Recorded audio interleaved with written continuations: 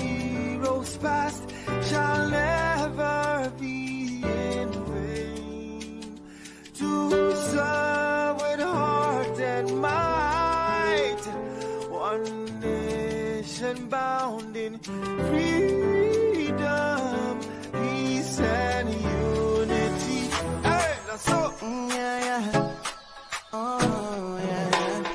Arise, O compatriots, Nigeria call obey, to serve our fatherland, with love and strength and faith. The labor of our heroes past shall never be in vain. To serve with heart and might, one nation bound in freedom, in freedom.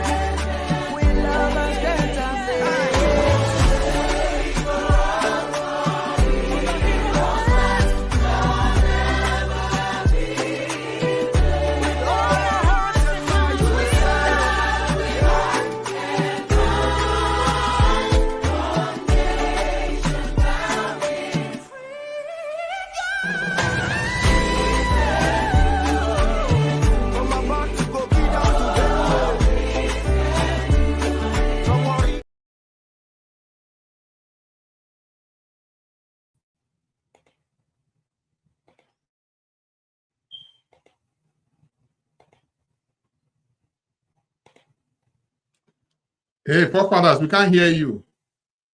About that. This thing catches me out all the time. How you doing now? Good afternoon. We are fine. No, we are fine. Welcome, Jefferson. Yeah, what a dramatic end last night, right? Yeah, like so. You know, initially, no offense to anyone, but initially, when that guy was speaking, the guy posed as unknowing and all that, which is, well, that was his own viewpoint. But fortunately, you know, at a point, it was like, hey, you don't know nothing. You just be quiet. You just be this. You just be that, you know. And it's unfortunate, you know. Look, most of us, look, even a layman on the street, he might not be as educated as us. Yeah. Your audio has cut out. I can share his personal experience, you know. I've actually he worked in refineries and all these companies, you know, engineer, for instance, you know, he wanted to carry out a tax, a maintenance tax. And the technical guy, I think the welder, so advised him and said, look, you cannot carry out maybe this welding tax or thereabout. The place is saturated with gas. Do you understand? The guy may not know all those engineering, but he was able to give an advice. And guess what? Yeah. He listened.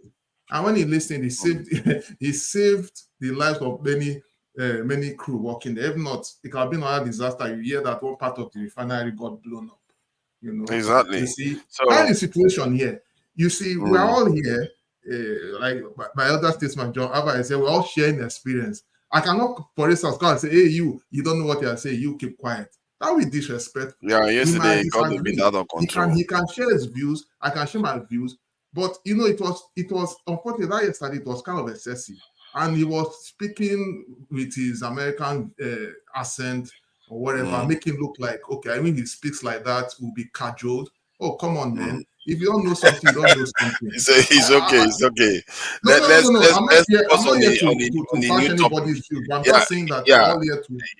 Yeah, Jefferson, because we are on a new session now, we'll get to that later when we introduce everybody to the new one, so that we can, he will be here, he probably will be here, so that we can do a round two on that stuff. So you and him really fought yesterday, and you got tired of him just being condescending, so you just went at him. Yes, it was too much. That was it. Yeah. I'm sorry, it was too much.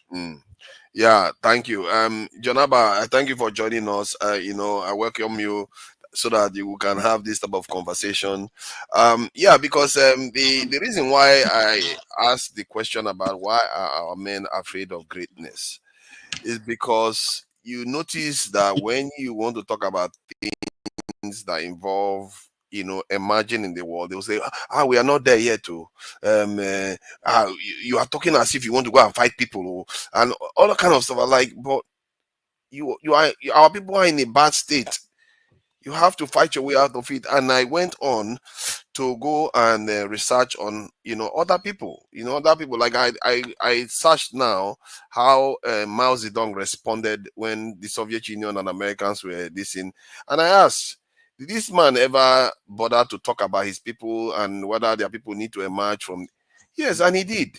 He said those things. He was like, these people, we have been here for a long time. These people cannot come and dominate us. We have to find our way to survive.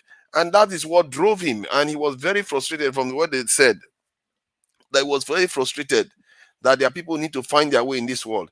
That is what drove him to the point whereby they got their nuclear weapons. And look at China today. He was talking about his people's survival, saying that the other side has got all these things, we don't have it. But we, when you tell our men, these things, we don't have it too, everybody has got it, you say, you want to go and fight them? Especially Nigerian men of all men. I can understand why Ghanaian men will not say that because they are from a smaller country or maybe Gambia. No? But Nigerian men, the most populated black nation in the world, the unapologetically black nation on the face of the earth that doesn't have any mixed population like Oyibo people having 1%, 2%, or like in South Africa, you don't have that. But you have our men being a little bit like they are scared. And you hear them say every time, I don't want to die. Who's going to take care of my children? And all that. It's like, you're still going to die. Somebody's going to take care of your children. You existed. There are orphans out there. They survive. And it's like when you put that in front of doing the right thing for your people, I'm beginning to feel like it's like they're afraid. Something, whether it's a genetic memory or when Oyibo came and they beat them a lot, and they colonize our people. So the men, they don't want to talk about those things at all. And you see our presidents, they will go to Igbo land, they will stay for London, they will not come back. Many of them, sometimes, I think this just about 2-3 weeks ago, about 3 of our presidents were in London. You know, they don't come. That kind of, why are we afraid? And these people, you know, the Nigerian president practically represents 1.4 billion black people in the world. That's basically what it is. If they don't know, they are representing 1.5 billion, because if Nigeria doesn't emerge, black people are in trouble. Who is going to emerge? Who? In Africa, at the scale that they need to be able to organize 1-something billion people. It's only Nigerians. Nigerians are the one that even have the necessary bloodline to even do it. If you think about it, many black people in Oyibo country, they are linked to Nigerians. If you check their genetics, they are linked to Nigerians. The Bantus in from West Africa to South Africa, the Bantus are linked to the Nigerian space. So Nigeria is very, very vital. And our men, I think they need to think about the way they are approaching life. Even yesterday when we were having a conversation, some women were saying it now, that we expect them to, do the things that they want, but the men are not living up to their own side. That many of them are expecting 50-50. They are behaving like Western men too. You know, all these type of things, you begin to wonder, is there something to be called out? To me, if there is anything you could call out about a Nigerian man, that area is the only area. Because I think that Nigerian men they are trying their best when it comes to the family, given the resources they have. They are trying their best when it trying to maintain the culture. They are trying their best when it comes to, I guess, depends on what you call the culture, whether it's the religion or Igbo religion and this thing, I don't know. But when it comes to defending their people, ensuring the survival of their people, they completely disappear. They would rather go to Igbo man country and hide. They would rather pretend as if this stuff doesn't exist. They will be telling you that they are afraid they are going to. No, they will not tell you they are afraid they are going to die. They'll say, if I die, who is going to take care of my children? Those sort of things is what you hear. So I don't know what you make of it, Jefferson. What is behind this? Because other people, when they feel this thing, when they feel threatened, the men react. They really do react, and they react aggressively. If you see what Hamas is doing, you would think that is overreaction, really. It's total overreaction, because it's just 2 million people. And look at the reaction they're having. They're having such a reaction. They are willing to die in droves, all because of a land that has nothing. Okay, they say they found a bit of oil now, but it's basically desert. Let's face it. So what do you think about this, Jefferson? Before we go to this in Jonaba. Oh, okay. Well, Jonaba is looking good today with his jeans. It's like he left. No, he will be back. Okay. I think his camera. Yeah, but he's looking good today. Looking good with lovely jeans. Yeah. Anyway, he's gone to church now. Now pastor now. Pastor. It's all good. So, well, it's more or less like the problem of the world, right? I can put it this. Let me put it this way. The issue of the Hamas, obviously, there is a motivation factor. I don't really want to go through the issue of Middle East because it's a sensitive space. And John Abba has been saying it too, that it's a sensitive space, and it's true. Religion on a global war. Look, whether we like it or not, whatever ideology or religion we stand for, is the motivating factor for our actions on a collective. And it's continually shaping humanity. You cannot, currently in the Middle East and the Israel, you cannot tell me it is not the war they are fighting is not religious based. You cannot tell me it's not. You cannot tell me they should do without religion. It's impossible. It's always someone who is trying to show their superior nature over the other. Because at the end of the day, it's all about agenda. Who wants to dominate? Who wants to rule? Okay, right. So I can start from there, but we can actually come back to that later. Maybe someone else can treat that. So now, sorry. So now the issue on ground now is with us men on how we how handle our affairs in Africa. Yes. I can bet you that we have been beat, we have been bullied. In fact, this incarceration, it did not start in our dispensation. I don't know if someone could help me. There was a Berlin conference that happened. There was a European conference that happened almost 400 years back. I wish I could have if I have that information, I will just share it on the link. Where 400 years ago plus, when their expeditors from Europe came over to our continent, they were shocked to see the level of greatness, the resources, our African beliefs, traditions. Look, we're not really scavengers. Unfortunately, our parents of old, our current parents and parents of old, that was the narrative they shared. Most of us, they didn't share proper historical context to what we used to be, like let's say 400 or 600 years back.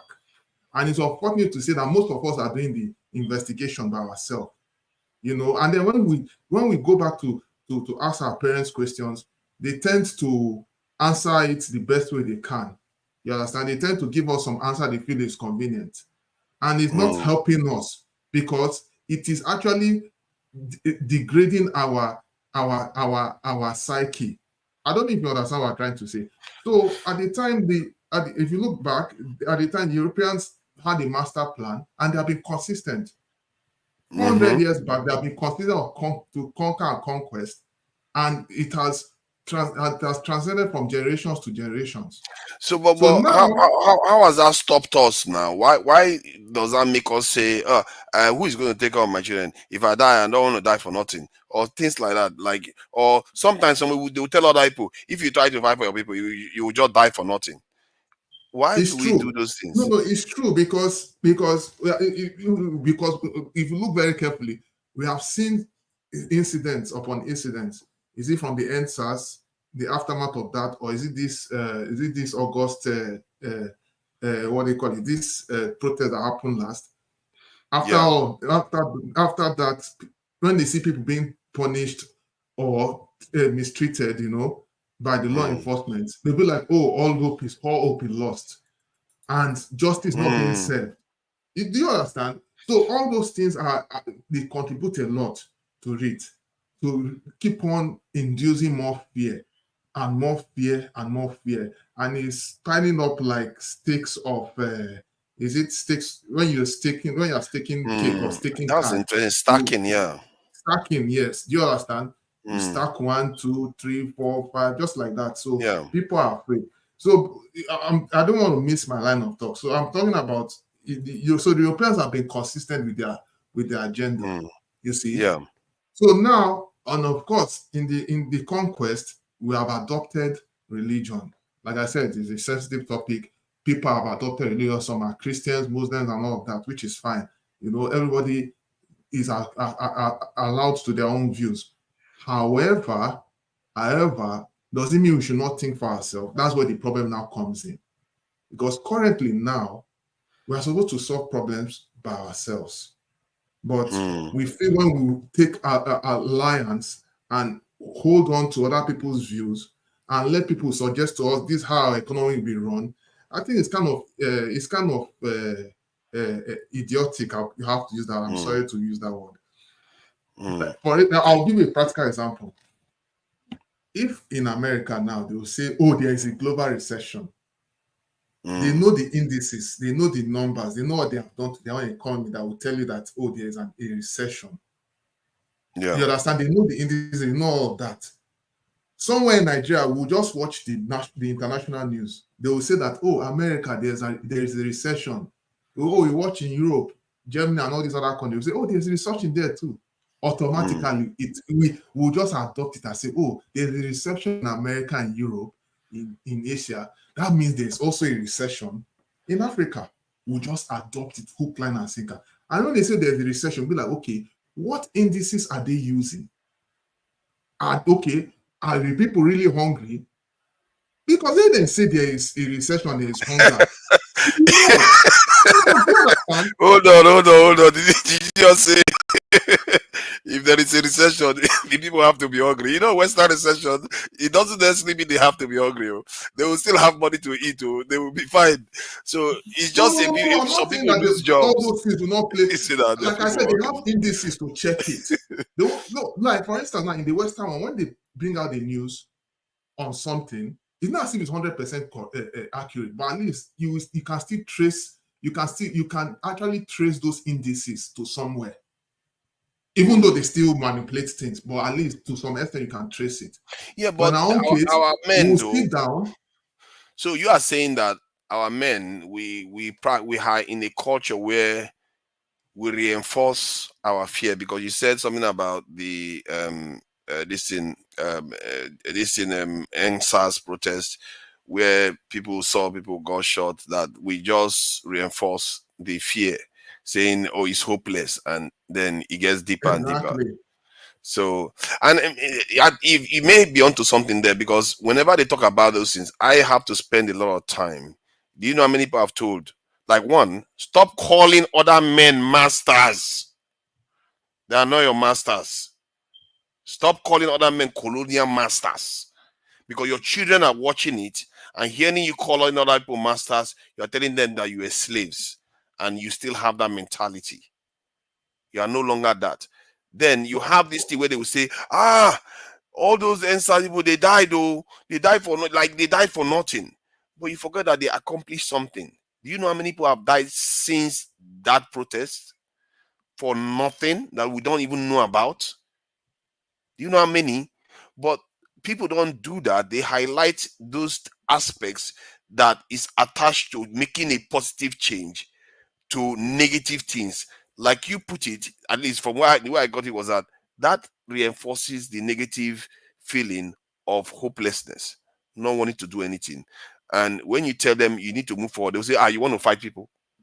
It's like they are scared for some reason. Exactly. It's also, they always have this assumption that you want to fight. You want to fight. And you understand. So that is just what it is, you know.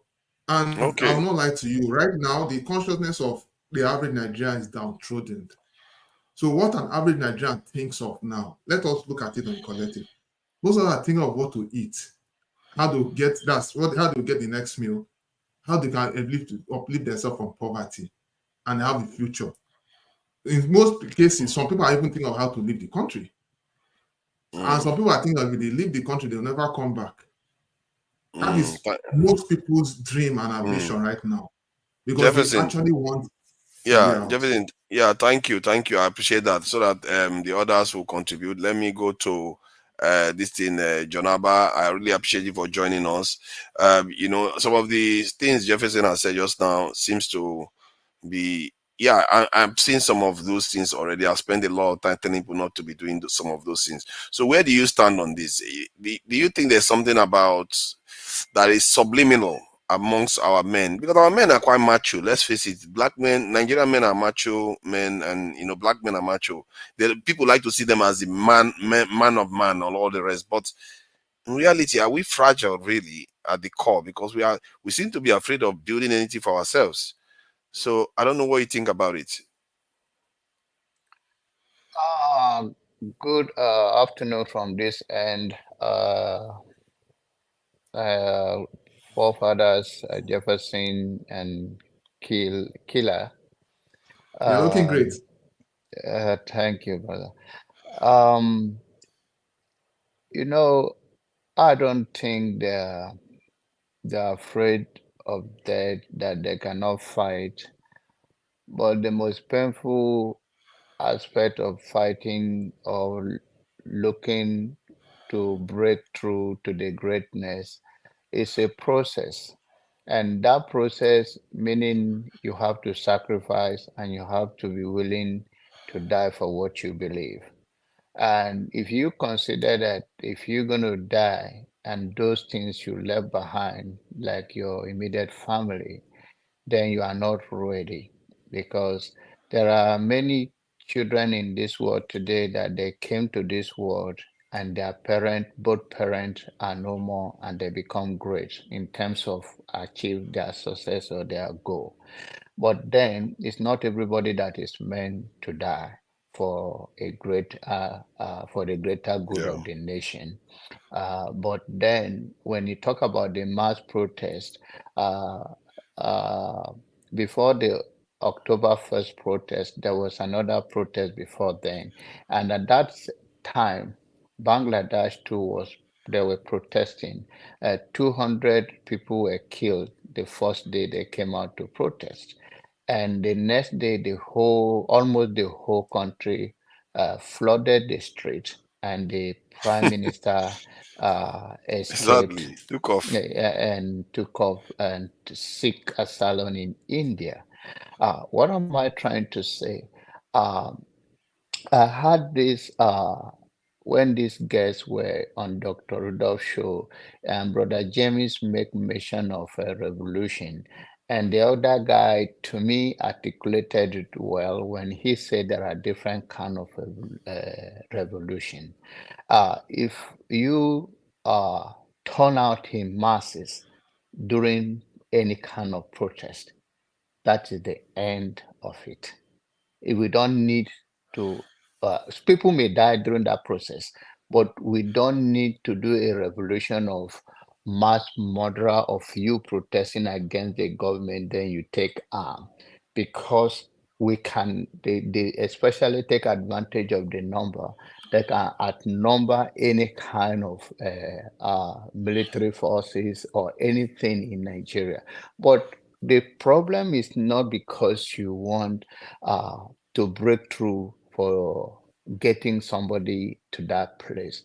The person you are getting there, after that person, what next? We have Ghana today that J.J. Rawlings did a lot, but Ghana is not, I don't think is in the place where the progress that he have made is not a continual thing that have led anything. He have shifted and a little backward in my own observation. And that is, it take a collective effort in terms of, okay, what kind of government? I don't believe that we're on the right side of the history especially black people, with all due respect to all of us, the black men and around the world, we are not in the right place of history because we lost who we are and we never discover ourselves. We never grow in our own space. Yeah. Okay. So yeah, thank you for joining us. I think the question. Okay, go ahead. Go ahead. No. Can you hear me? Yes, yes. You said we lost ourselves in our own space or something. Yeah, you were saying we lost ourselves in our own space or something like that. Or you can't hear us. Or you can't hear us anymore. Okay, so let me answer what electricity is asking. What does greatest mean? I think what I mean by greatness is have a set of men that go on to understand the challenges we face in the world today and react without fear of consequences to meet those challenges. In other words, enable their societies to develop, enable their societies to be defended, enable their societies for people to exist there just like anywhere else, so that when they are traveling overseas, many of them, they don't have to apply for visa. They don't have to be treated like dirt. They don't go to other places and they are working as their maids, and all we do is serve people over and over again. We should have our own space where our people can feel proud to do their own things.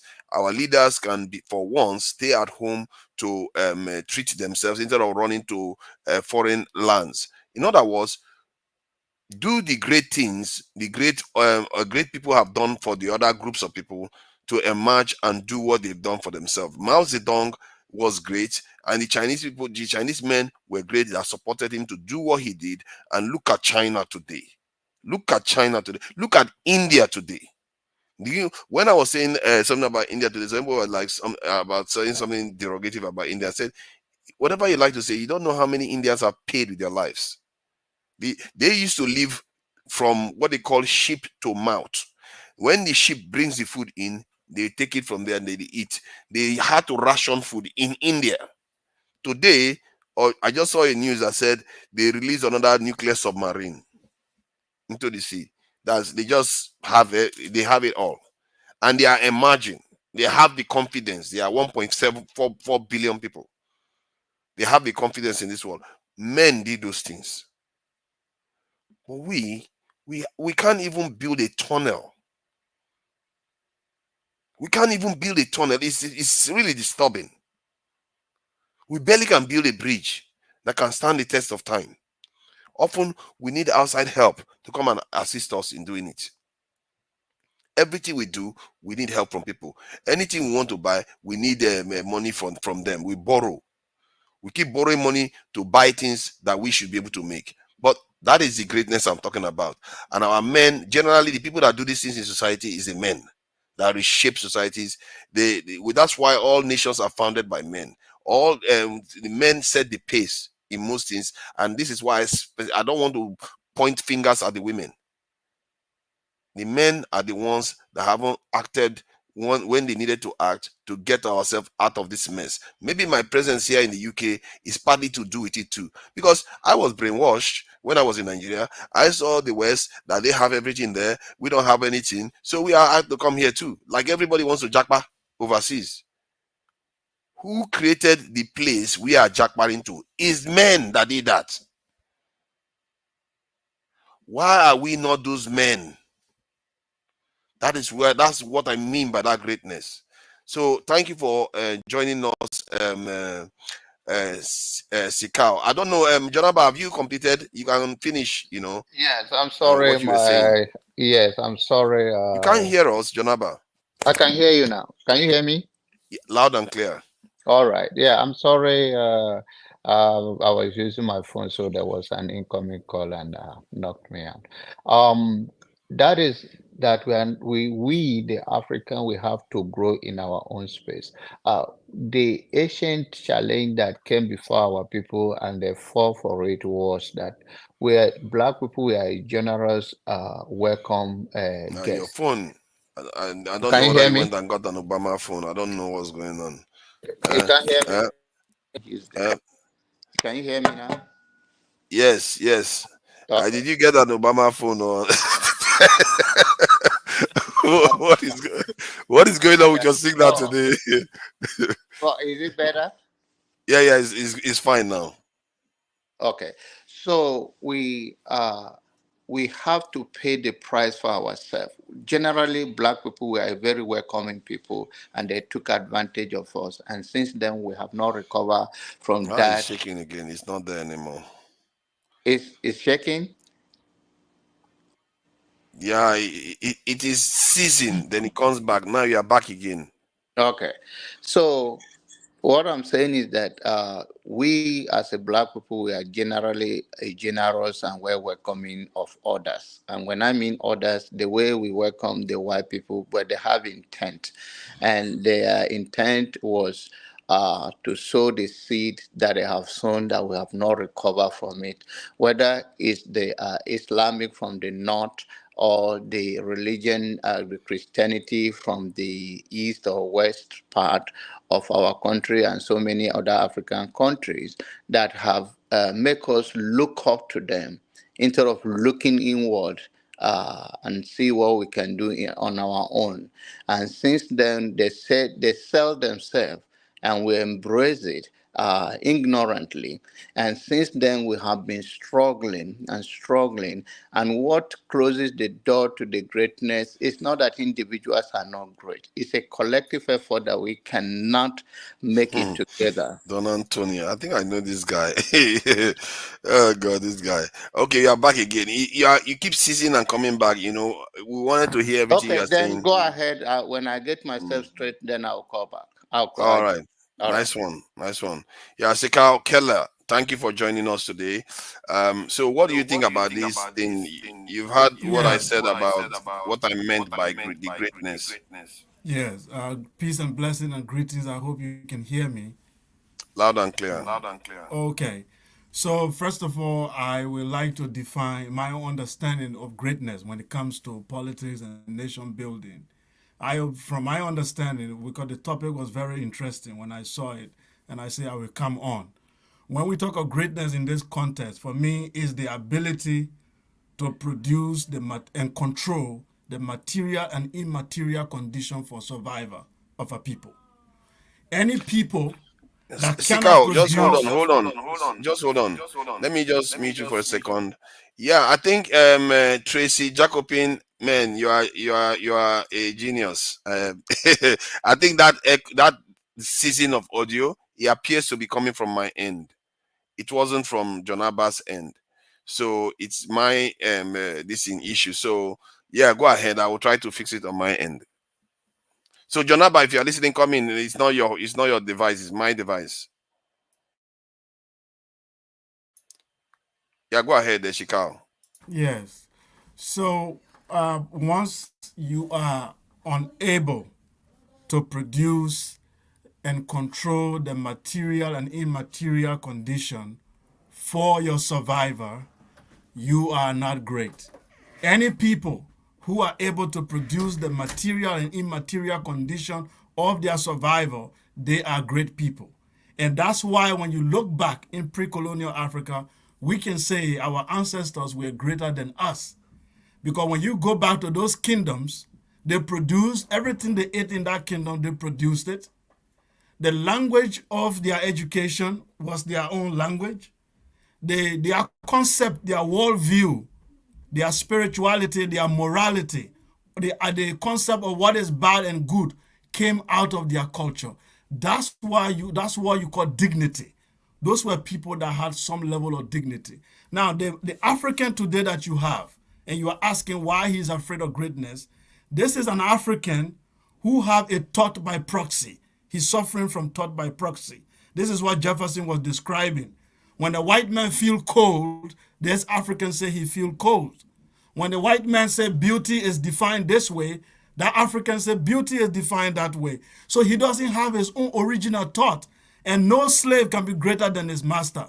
The slave does not aspire to be greater than his master. This is the mind condition of the average black man. And this is, we are trying to deny it, but that's the fact. Let's start with our names. How many Europeans have African names? And even on no disrespect, if you bring everybody here right now, both those in the comments and we on this panel, you'll find Europeans or Arab names. That's the first thing that you have to know what is happening to the black man. Because the Chinese have Chinese names. Indians have Indian names. That's the first beginning of dignity of people who are having original mind for themselves. It's called autonomy, cultural autonomy. We don't have that. Our concept of God is foreign. Our concept of morality is foreign. Our concept of beauty is foreign. Our names are foreign. Then we want to be independent and great like those people. It's not possible. So what is required of Africa? That one of our great thinker in Africa, Cheikh Anta Diop from Senegal, who wrote The African Origin of Civilization, a book. If I don't know how many of you have read the book. He said that when African got independence, the first thing we should have done was African Renaissance, not development. What is development? Everything that God creates naturally develops. It is something that stopped it from developing. What you should have done was African Renaissance, the rediscovery and the rebirth of African creativity and genius. This is what the European did. The Europeans were captured by Arabs.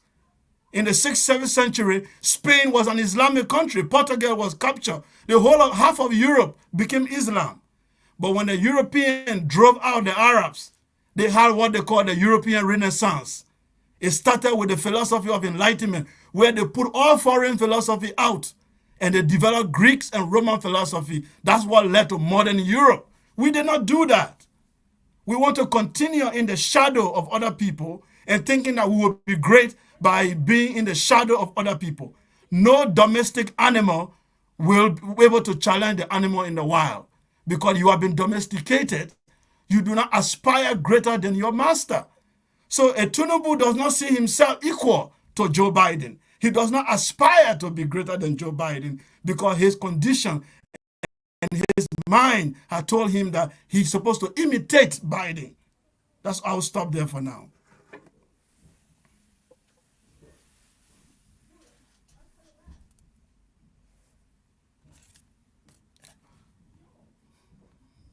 It's like I was not, I don't know if you were hearing me, but... No, I heard you. I heard you loud and clear. Yeah, my own keep cutting out and coming back. I don't know where this started because I was hearing Jefferson fine. Then suddenly it went this in. Let's see, you go off camera and let's see whether this thing fixes itself. No, not you, not you, Sikao. Go off camera, let's see, because, yeah, go ahead and speak, Sikao. Let's see, maybe that's where it's coming from. Yeah, so I'm speaking now. So what I'm saying it's frozen is, again. Yeah, it's still freezing on my end. Yeah, I don't know. But Jefferson, you can hear me? I can hear you now. Forefather, is it possible for you to come in and come out, or it will let me go out and come in. Yeah, go ahead. Come back in.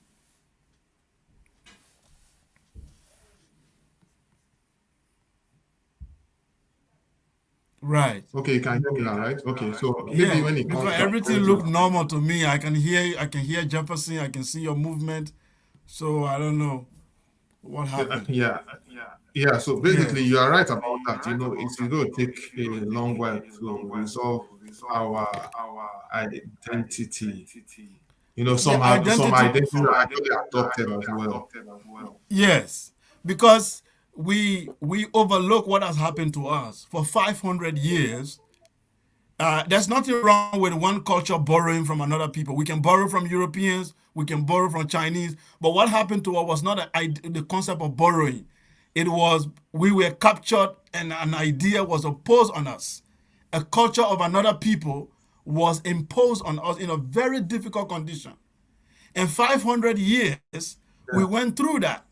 And we got independent and we did not sit down to reanalyze what really went wrong and how do we create a new future. So there is no philosophy, there is no vision. We just want to copy and paste democracy. We want to copy and paste the economic system of Europe, just like that. Let's take a country like Nigeria, which most of you are, so that we can give an example. Nigeria was not a product of an imagination of a black man. Nigeria was a product of European imagination. They invented it. They created it. It was not your invention. They invented it. They brought all those people together. Now the European left. Did we sit down and say, okay, let us reinvent Nigeria into our own image? Even from the name, from the laws, from the culture. Let's reinvent it to what we want. Because this is a British invention. And the British invention was in the imagination of the British, not your imagination. You are just caretakers. This is what I'm saying. The African has now redefined himself on the global stage. And this is going to have a huge impact. Let's take the Prime Minister of India. He go to the shrine. Have you guys seen him in the Indian shrine? He goes there and pay homage to his ancestral gods. If you do that in Nigeria, you are evil. And you are African. The Chinese, they took the Mao's philosophy, and now they have even gone back to, they have brought back some of the older ancient Chinese philosophy and brought it back. Even they took atheism, but not the atheism of Europe. They took their own type of atheism where you can be spiritual without believing in a deity. So they have their own. They only worship ancestors. Chinese have theirs. And they have created ideas that are values for their own society. This is what you call dignity. But the African man is afraid to even change his name from John, from Joshua, from Muhammad. He's afraid to change his name from the foreign name. He's even afraid to question the European concept of God or the Arab concept of God. He's afraid. So that scary man cannot bring about a revolution that will transform your society. He's a scary man. So I'm saying the African society has not created a philosophy that will bring to its independence, that will free us from the thought by proxy. The proxy, we are having this thought by proxy, and it is dealing with us. So this is my own stand. The Europeans used Greece and Rome to reproduce their worldview. The democracy we have today, it came from Greeks, from the Greco-Roman period. Everything you see in the Western society, it came from Greco-Roman period, not from the European tribes. They just look at the greatest civilization that they had on their continent, and they used that to rebuild Europe.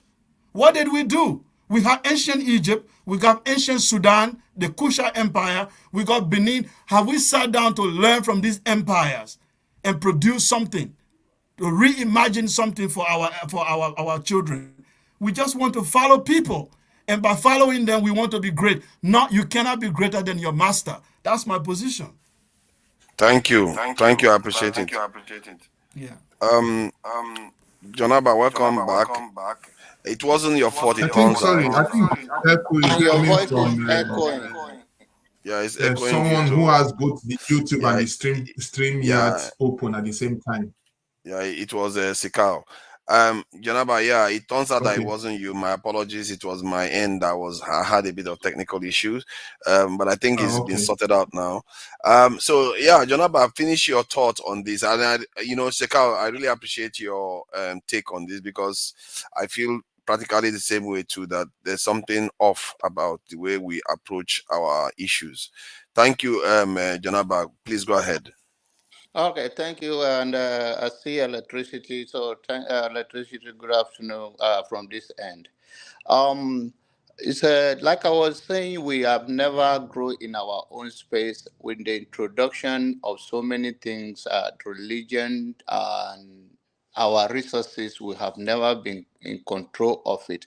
This is what make a nation great. Individually, there are Nigerians are doing very well around the world.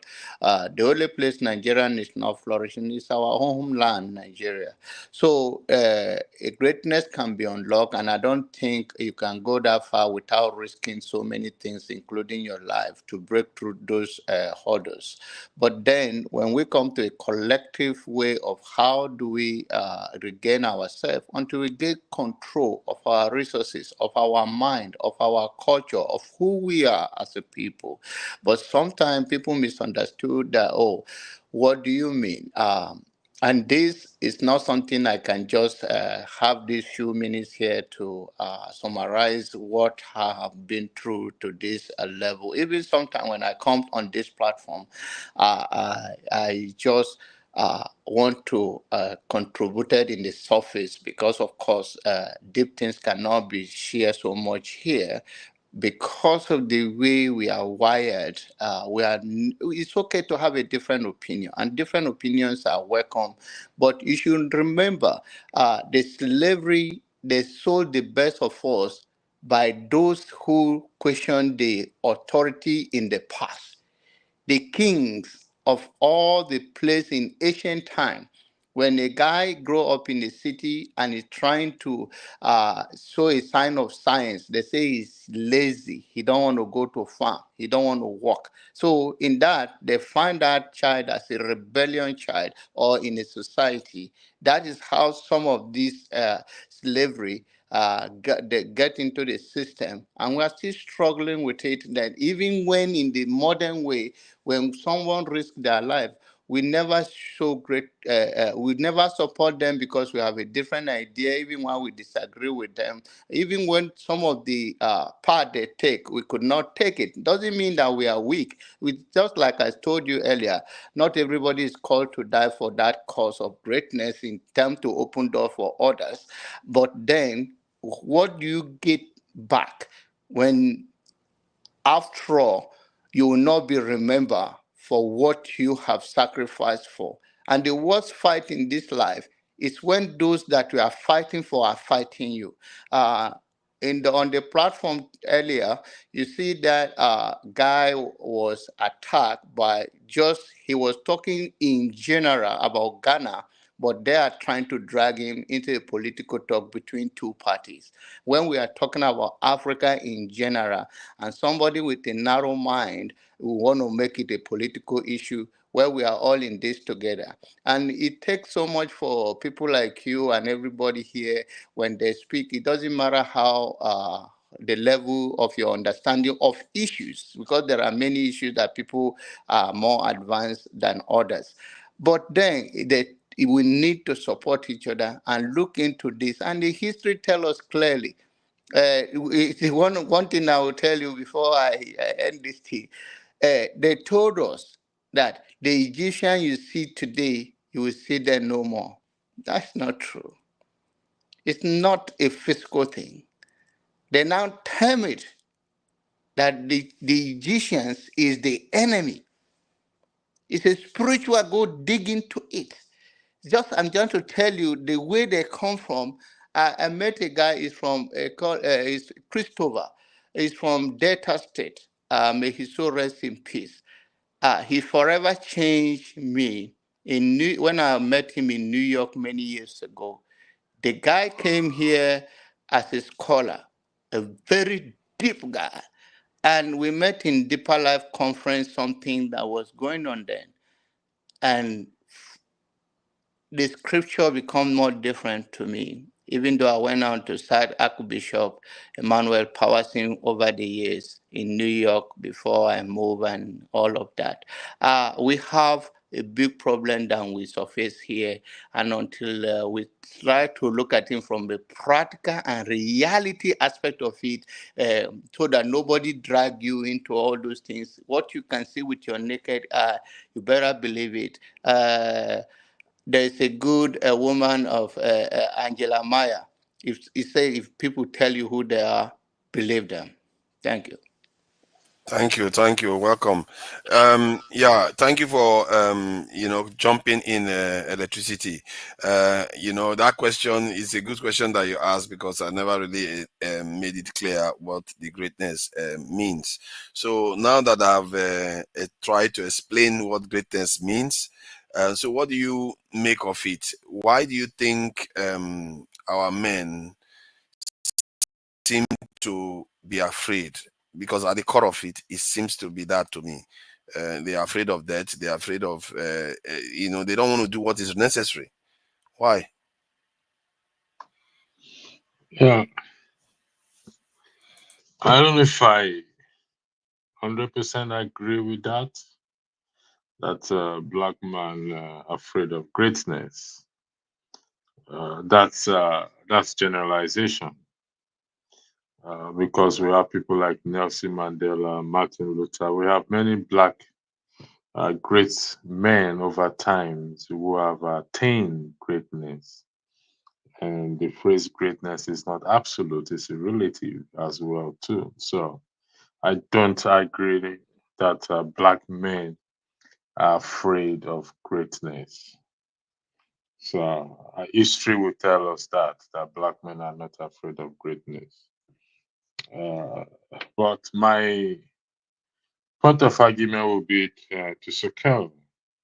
In your argument, you reference Nigeria, that the concept of Nigeria did not come from Nigerians, but from the white man. And I don't find that insulting, but I find that a little bit disturbing because you are from an African country as well too, but you choose to only reference Nigeria. You excluded your own background from it. Would you mind to clarify why you did that, please, if you don't mind, please? Thank you. Yes, thank you very much for asking for the clarification. Now, this is one of the problem I always face in whether I'm on South African platform or Black Americans. They try to always use the use versus us idea, which is very, for me, is very unfortunate. So what we should be looking at is the bigger context. Somebody said here right now that Tinubu represent black people in the whole world, and nobody objected to that.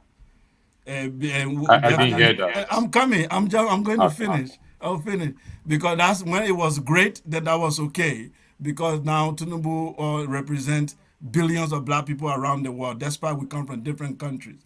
The context in which I use Nigeria, I said that most African countries. I said, let me take Nigeria for example. Say most of you here are Nigerian, so that you will understand what I'm saying. So I decided to localize it because most audience here are Nigerian. I said, let's take Nigeria for an example. Because I won't take all 53 countries of Africa as an example. Of course, we all know all countries on the African continent were, with the exception of Ethiopia, were all carved in the imagination of either Arabs or the white man. That's true, including Liberia. There was no, Liberia is not even an African word. It comes from Latin, libertà, the free people. That's not our language. So the white man who created Liberia, where I come from, there is no dispute about that. So using Nigeria was just to give a simple practical example that the audience will understand. All right, thank you very much. So here is my, I'm echoing. So, someone has an echo. Okay, thank you. Yeah, that's Seko has muted. Here is my my argument. So let's hypothetically change the name Nigeria. Hypothetically, since the argument is not the concept of the black man, let's change the name hypothetically. What will now change if we now change the name Nigeria to? Give me a name, Seko. Just give me a name. Since we are using Nigeria as an example. The issue is not the name only. Okay. What's the issue? I said the idea of creating that territory was not born in the imagination of a black man. It was born in the imagination. Let's go by that. So let's yes. go by that, Seko. Let's go by that. So all right. Let's create this imagination. Yes. So what creation will you give now? The creation I will give. Let's say Africa as a whole. The creation I will give to create or reimagine a new Liberia or Nigeria is to create the three concepts of identity, which is one, the historical factor. We have to recreate a history that reunite our ancestors or that make us to have a common ancestor, not that divide us but unite us.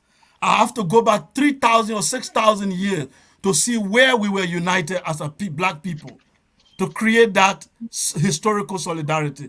Then psychological factor. I have to create a culture or language that will be able to unite us, not a foreign language, but our own language on that very soil that will be able to bring us together.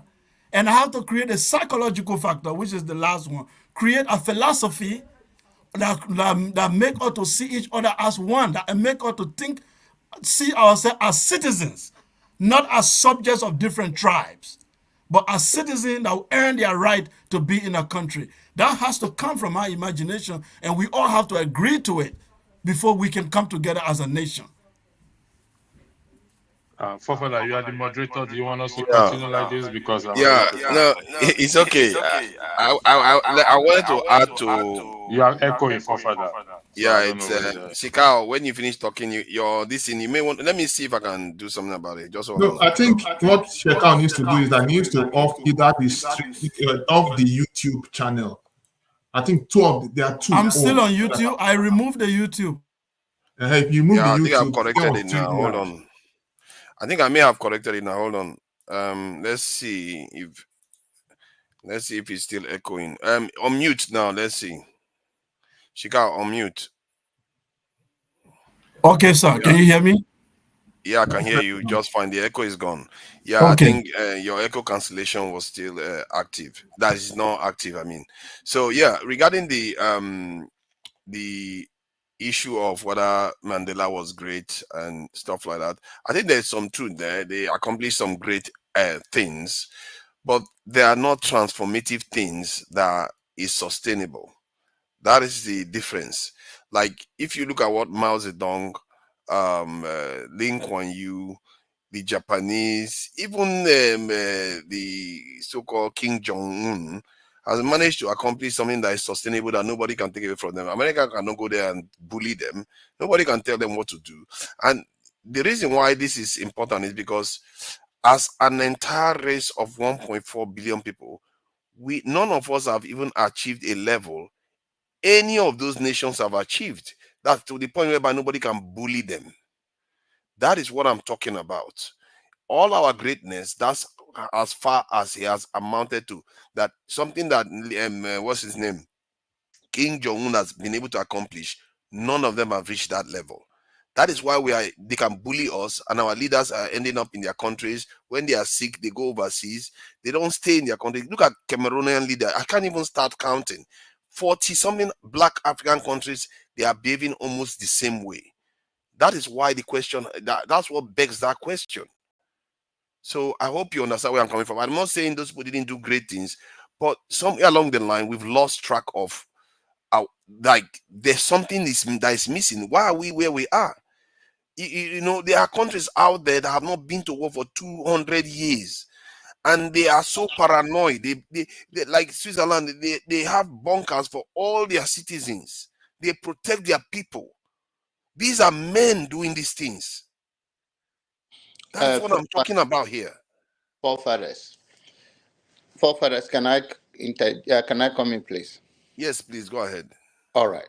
You see, this is the bigger picture. All of us are saying, you and Shekau and everybody else are talking about this greatness and all of that. We all know the problem, but we don't somehow see it at the same time.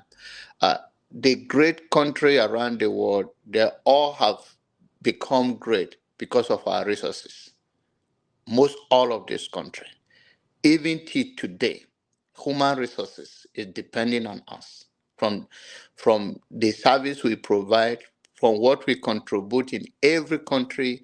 In America today, there is no position in America that you cannot be proud of black people, and I use Nigeria as our country as one of them, excelling in any kind of field that you think about. It's not to the greater good of us because the best of us are outside the country. So the only thing is that when we see a leader, you know, because of our differences and because of what they go through, and they have kind of tough approach, we criticize them. We say they are too mean. When Idiagbo and Buhari came and they introduced war against indiscipline and bring Nigerians to order, Nigerians begin to cry. because we don't want to endure a little pain, which is not that somebody is, there are good and bad of military. But what I'm trying to say is that in those days, you cannot go to a bus stop and jump the line. You will follow the order. You will do the right thing. But end of the day, that is the good side I want to hold on to. But then we snap out of it. If we see any leader, forget the interferences of the West, because our instability is to their own benefit. But if we have a clear somebody with a clear goal, we never take them serious. And those that talk to us the way we want to, the way the word we want to hear, we easily buy into it, but not the person that show resistance, show a kind of leadership that we are supposed to say. I don't mind even if a dictatorship, as far as he knows, have a clear vision. Like those countries you mentioned, North Korea, I will call him a dictator. But at least you cannot just bull them anyhow. So I think the first and foremost, Africans should learn how to give those that sacrifice so much for them a chance to respect those things. Like Nelson Mandela, in as much as what they have done, they have not sustained it. It's just because of the mentality of the people. And sometimes that is why you see people hanging on to power, because the next person coming will not continue the legacy, and they think it scares them, and also the consequences of rivals and fight to put them in jail. But if you set a standard, like we mentioned, as I mentioned earlier, J.J. Rowling of Ghana, he tried his best. Where is the foundation he laid after his death today?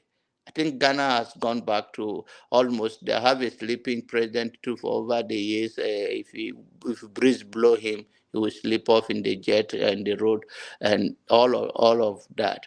So, and see, we the people have to rise up within ourselves and grow in our own space and choose the leader and continue to resist the West for interfering in the life of our loved ones. The reason why they go abroad is not because they cannot have a clean, it's lack of trust. Simple. They don't trust people in that area. They think they'll kill them, even though they have control over the issues, Aso Rock, because of betrayal. Because when they go abroad, those are neutral people. I have a guest that come here. They will not eat, but the moment you take them outside to the restaurant, they will eat because they don't know who cook it, and the person that cook it don't know them. It's lack of trust. Yeah. Thank you. Thank you. All that politics, you may want to put your camera on. No. Yeah, I see this comment here about me being naive and, about pointing fingers. It's not about pointing fingers. The idea is that if there is a cholera pandemic in your society and you call it out, does that mean that you have to be a doctor? I don't understand how this is working. So, Why do we always have to do this thing?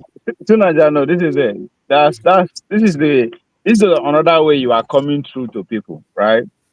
Now, are you asking, not necessarily this question, are you asking, or are you curious to learn the problem, or you are curious to actually provide solution? There's nothing wrong in the two of them, but just that it has different way of understanding and applying things so that people know go there. You understand? I said that because I seriously don't know what you are missing. When I mean what you are missing, from the two previous guests that Dr. Ramiji brought, and I don't know when I use the word the garbage, I just didn't listen for the background before. Without somebody that spoke before John Abba spoke, before electricity. I think says from Liberia. Abi? I'm not. Yeah, I think it's from Liberia. Like there's no word, nothing that the guy said there that he missed the point. In a single way, in other words, we are a conquered people. Simple. When you need to understand that first. Yes. Then you need to say, why are you conquered and how? If Simple. you don't accept this fact, my brother, just now so we all day. John Appa says something that you should take note of. Right? People will go carry out things are scared because they understand history. Because in terms of Nigerian situation, right? Now, two things is before you. Live an heavenly lifestyle or just go like that, just die, go like that. That means by the time you come to know, you either play along or just shut up and just die, kill yourself, go like that. Just not do pain. And why is because of what the speaker, the Liberian guy, was actually being in detail. You keep using China example. You they jump so many things about the Chinese. Go and read about the Boxer rebellions. Those are the people that brought freedom to China. The 100 years of humiliation that you always refer to. How it ends, it has to do with Boxer revolution. One can actually draw a parallel line between Boxer revolution and what? The Biafran revolution. But Boxer revolution started in China from regional until it grew to become national acceptance, until they get government backing. How did that happen over that 100 years? The Chinese people were one of the most civilized and flourished civilization within the 1400s. They don't want anything to do with anybody. Until early 1900, they don't want cutting anything from British. But British cannot live without their tea. They don't want anything from the West. They are self-sufficient. Everything is going on well. But of course, the adventurers will keep encroaching until the Portuguese get embassy for India. That's where they're able to penetrate into part of China. Right? Before you know, one ship, they established relationship. Until 1600, they were able to go into treaty for British people to set an embassy in China. Then US follow, and that is the beginning of their downfall. Even while they are there, they regard themselves as more superior. Talking about what the Malabera brother said, that we adopt everything about the West. The Chinese people hold their ground, say we are more superior than you. Yes. Even when they suffer, when they won't die, the king of India invited the emperor of China to bow down before him so that the man said no, that we are more superior. That's what saved them. Until even when they were dying, when the Americans and everybody went to a freeze, they ate the world superpowers at that time. Now descend on China. Plus Japan. Humiliate this, destroy them, everything that they actually, as in what they did humiliate also. But when the Boxer revolution starts small, begin preach the idea of what make the world they were before these foreigners come. Because even while they were there, the businessmen in China were still protecting the emperor. You know, if you just go and meet emperor like that, you have to go through the businessmen, they control everything.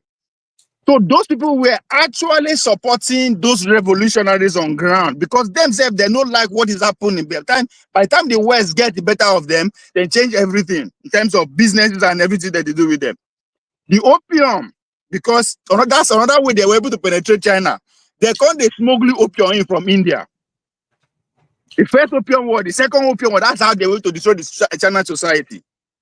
How? Because as they enter, get access to the China territory, they were no longer, because China no longer want their money. What China wants is silver. In return, they don't want their money. They don't want anything. They don't want cotton. They nothing they want. So, but the British, the thing they affect their economy. Just like America, the British come on, they give them $1 in return. So it was affecting the British economy and the West in general. So what they do was able to find the illegal way to begin smuggling opium enter China. So they were not using that money right? To develop themselves, build more Mhm. weapons. That's how they were to take over China. So, but when the Boxer Revolution started, just like the Biafrans, now small, they were preaching to their people what make them what they were before these foreigners come, that their civilization is better. They were able to educate a section, a region, before they know, because the emperor service started getting threatened from the world power. They had to start financing the people they call rebel before. So that's why the Boxer Revolution went to got national appeal. Women were recruited separately. Women between the age 19-20. They don't want married women. They were called Red Lantern. They get their own special assignment nationwide. That is how they were able to take on the West. From towards the end of 15th century till early mid 90s. Now they free themselves. So a lot of time. So when the Malabira brothers say I conquer people, when Wale Ogunkan say make we look back, that's what he was talking about. Before when the British people come, that's one thing. See, if you go listen to Joe Rogan and Donald Trump interview, Joe Rogan asked Donald Trump, are you going to open the file of assassination of JFK? He said no. Why? Because some people are still alive. Some people will be affected. The same thing with Nigeria. People will stand against the Western influence, power overthrown. Every coup that takes place, go ask why. Once you are in bed with the Soviet Union, then you are gone. It doesn't matter who you are. That's exactly what is happening now. May everybody take time, go listen to, I think it's about 15-minute speech of the Washington DC representative from IAF. We can't give our legislation or speech for Abuja.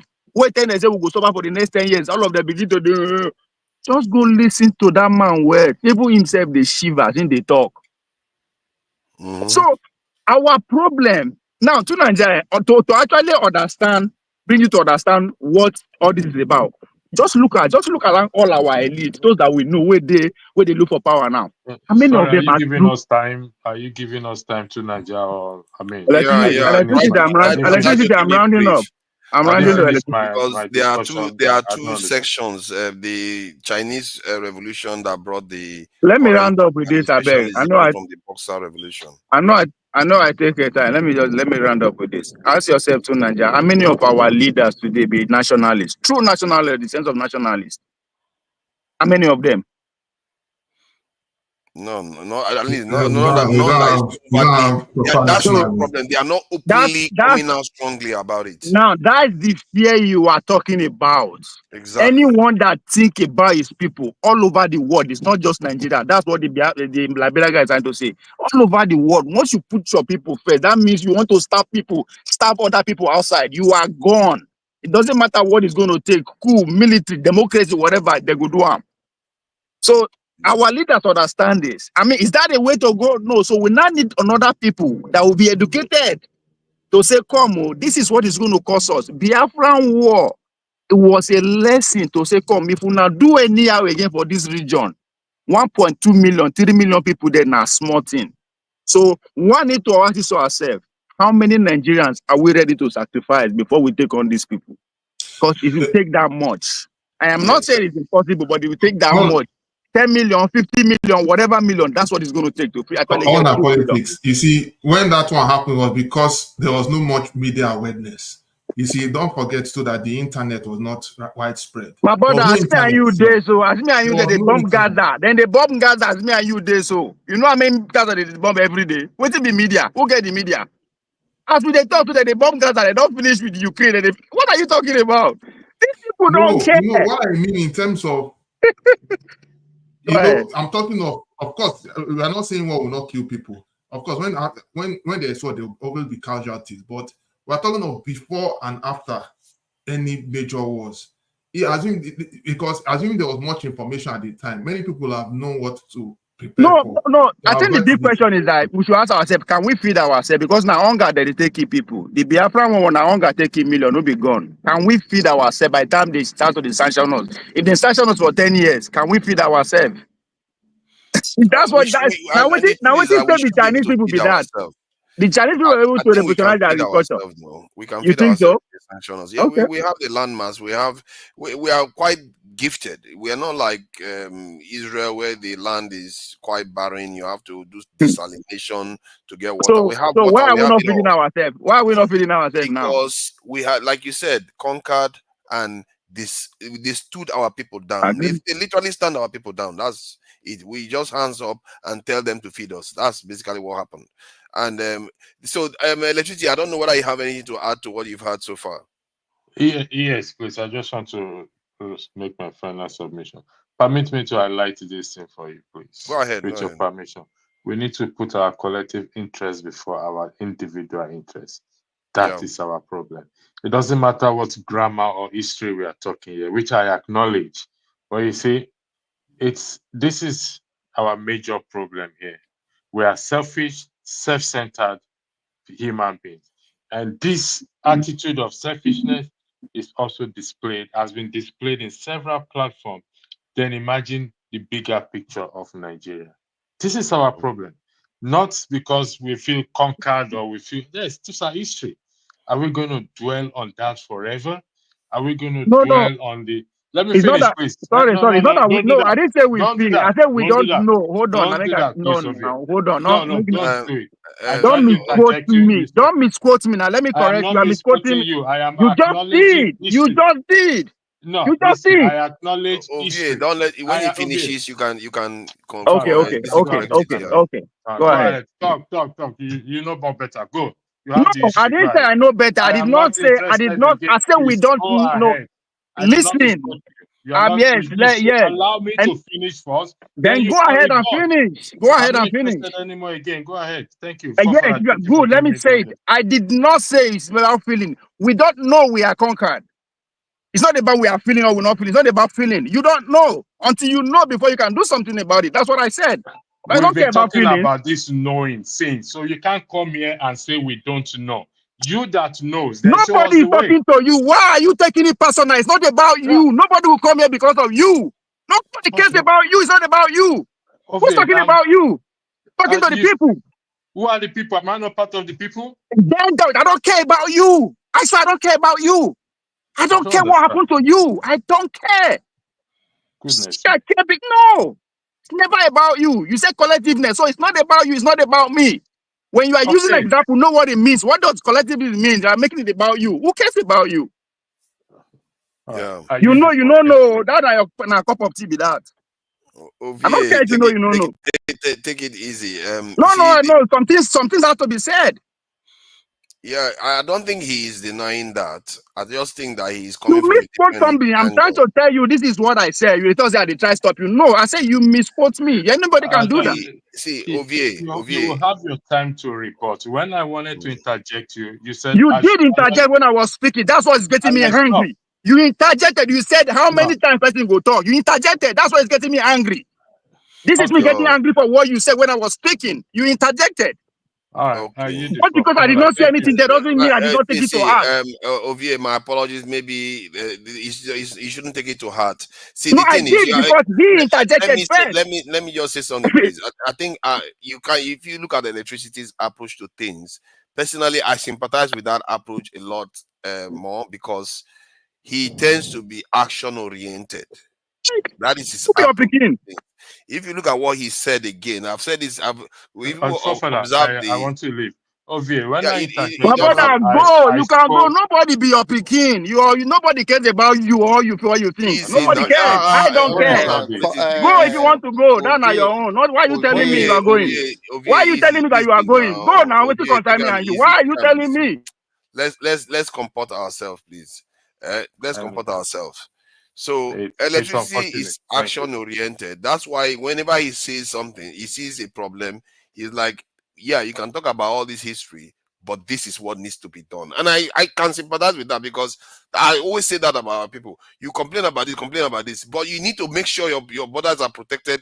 That action orientation aspect, you need people that behave like that. So, and about being selfish, you see, that is another thing our people do, where we forget the cause and make it about ourselves. In a way, Ovie, isn't that what happened right now? the cause should always come first. I have 1,001 reasons to be upset with a lot of people, but why? What is that going to do? What good is that going to do to me? It's not even logical. You have to focus on what truly matters about what is better for our people. If I quote some of the stuff this Mao Zedong said, it's basically what we have been talking about. He said something about we are not seeking nuclear weapons in order to threaten others, but in order to prevent others from threatening us. Then he said, if we don't want to be bullied, we need to have this thing. This is, if you hear some of his statements that he's made that built China today, as some of the things we've been talking about, that some of our people push back and say, oh no, don't, why are you talking about this? You are scaring us. And this leads to this question. You can't run away from this truth. The world is a world of power. If you don't have power, you have just considered your survival to another people. And anything they like to do with you, they will do with you. Let's not pretend that's not what is happening to us today. That's why our situation is like this. We are very rich people. We have land. We have everything to make ourselves rich. But look at how poor we are. We are all overseas. That's the truth of the situation. So, Jonaba, I don't know what you think. Yeah, go ahead, please. Thank you. I think you see, the human nature is selfish. It's not just Africa or Nigerian thing. It's all part of life. For one to have more than others, to want to feel is more important than other. But when it comes to a structure, then those have to also fit into leadership. That if you, okay, for instance, what is going on now here, it doesn't have to come to this level, but then this is how human nature tend to go when there is no orderliness, or when one go off just like that. But in a human nature, it happen everywhere. It's not just a Nigerian thing in terms of selfishness, self-interest. Interest, people steal because of self-interest. People go, corruption is because of self-interest. But when there is orderliness and consequences of whatever you do as a result of selfish, you steal, you kill. That's all. Or you take something that doesn't belong to you through corruption, through any other means. So all that has been happening to us is through the lack of leadership. It has nothing to do with selfishness. So everybody is selfish in nature. It's a human nature. If you go to China today, there are more corrupt people there. But if you do it, you consider the consequence before you do it. If you come to America today, there are many corrupt people. But then, if you are caught, so it's all go down to law and order and the orientation of the people. So anything you see in Nigeria is everywhere around the world. But lack of true leadership of holding people accountable, that somehow because you belong to a certain tribe, or you belong to a certain elite group, or now you live above this, it weaken the society. That's our major problem. Thank you. Alexis, you want to say something of you? Yeah, I want to say something. Please go ahead. I think international politics and history is not everybody's forte. They work hand in hand. And there's nothing wrong. Nobody has a monopoly of knowledge. There is nothing wrong in not knowing or not interested either. And not everybody not giving rights. But what is wrong and what is not acceptable when you are stopping others from learning, that is an act of witchcraft. And it doesn't matter how you put it, how you disguise it. I'll figure it out. Because now waiting my profession baby that. And now when I see it, I'll call it out. Because that's our problem. The people that stop us from learning our history, be say they just wake up overnight do it. No, it is the greatest weapon that you can do to a group of people or a society. When you turn them around, not to know where they are coming from. That means you don't even need to they flog themselves. For any direction you point, they go. That's where we are. So if anybody try to come to say, "Make we no learn about our history," that's why I was angry with you. If you remember to Nigeria when you say about going back to history, even though the context we are coming from, I understand. But it is better than that. It's about what a lot of us have lost. When I mean a lot of us, even me, I am still learning. When somebody is talking about our yesterday, I am keen. It doesn't matter who that person is, because they deny us. And the people with generation will deny us, or they are in their 50s now, they are in their 60s now. Not be all those old people deny us our history. It is the young people. When I mean young people, those who are in their middle age, because now them be the people that actually complain. Because of the way military come and seize the opportunity for them for almost 2 generations. So what is happening to us, either outside or inside, it's not spiritual. Then they work on them every day. That's why you will see so many voices online. It is the time that we are in, an information revolution. They will just shut anything down that they are not interested or they don't understand. It happens everywhere, and they do it too. So that's why I know. So I am Yeah. not necessarily hungry because I am right or I'm wrong. No, I don't know shit. And they come here to learn. But when it has to do with history, it's serious. But that Yeah. is what our elites don't want us to know. They don't want us to know nothing about our past. But that's where the solution is. I think I sympathize to an extent, because one of the things that frustrates me on any panel is when somebody blocks me trying to learn something or share something, because it feels like you're stunting my ability to share knowledge or learn knowledge. But that said, that is not the intention of electricity. Electricity wanted to Let get to the me point. speak. Yeah. I highlighted this. The purpose of recorded event is that we may learn from it. So I believe I did acknowledge history here, and history cannot be dismissed in any shape or form. But what did we learn from history? Every history that has been highlighted shows that those who are in position of leadership at that time, Western world or not, they did not put themselves first. They were not selfish. They were the interest of the people. All their people was what they had in mind, whether they conquered anyone or not. Like what John Abel said, the Western world is benefiting everything from what they got from Africa. They put their people first. Kamala Harris and Donald Trump may say something about each other negatively, but at the end of the day, when they get to a position of power, they get there. What did they do? They will put their their people first. And that is what I am trying to say. I'm not dismissing history. I'm not saying people should not learn history.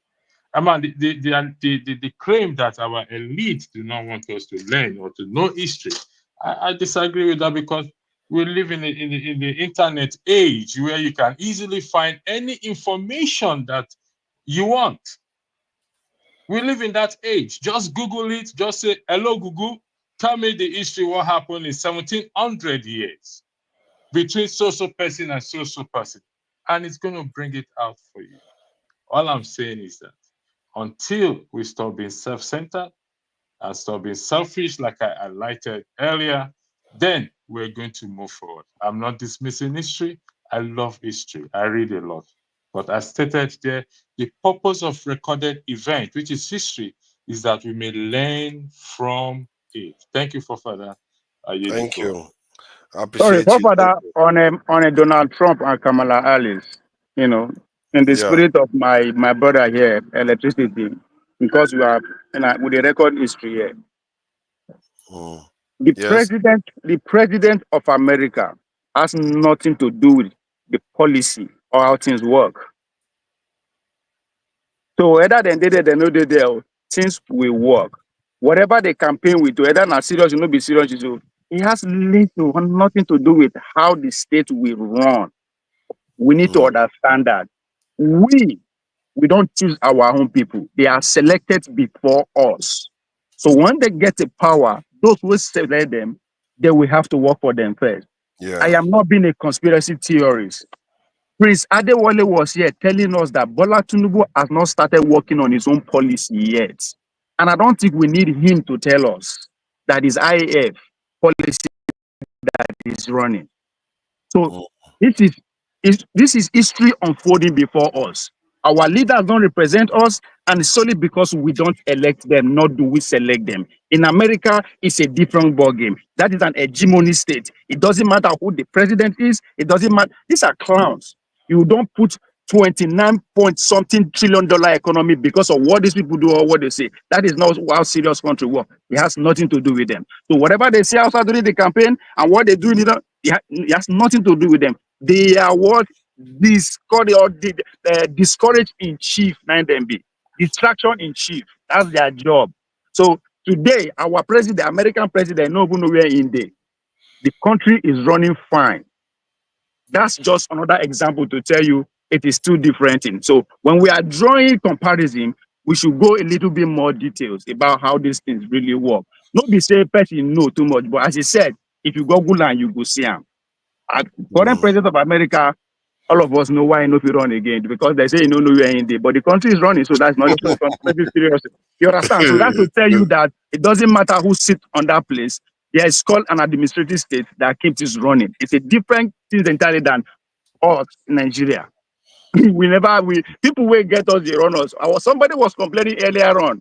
Right? Why no one reboot you say we go feed ourselves? When I ask about feed ourselves now. It is because the instrument of things that we will use to do that farming is not even in our control.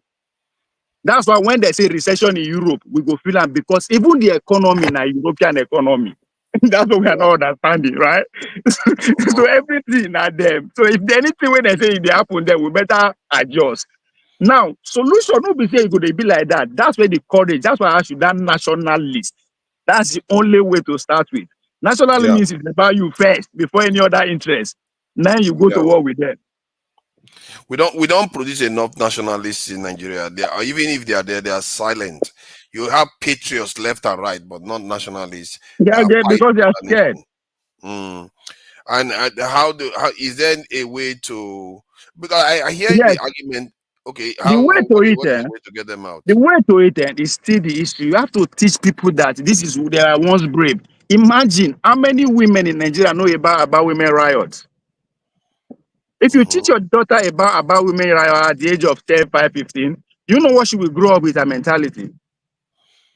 But that's a serious teaching movement. Talking about is teaching movement with that. This is just even research. They stood their ground, and when the Southeast are talking about we are Republican, we did this. They failed to put the contribution of those women, because it was the journey of the European, the Western coming from the North to come take care of them when they jam those women. And even though yes, they kill those women, it was just because how they react to those women that now drag their attention and say, "God, we cannot go further than this. Let's do it indirectly."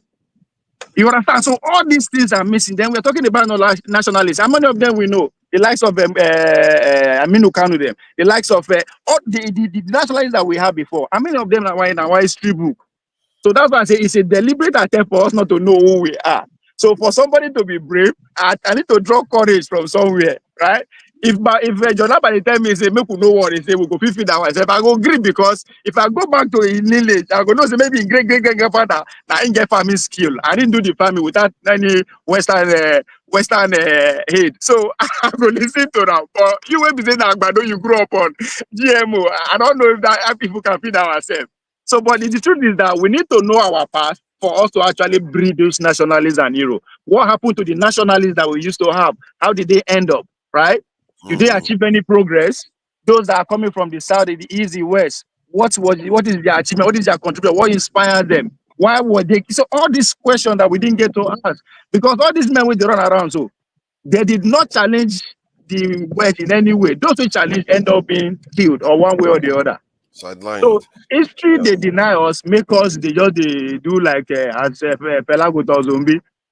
Yeah, it's a bit of a sad tale though, that you hardly see a nationalist movement in many of our communities in Nigeria specifically. We don't see a lot of them, and we have to figure out a way to start nurturing them to coming out, because if you have them come out, I believe the people will follow them.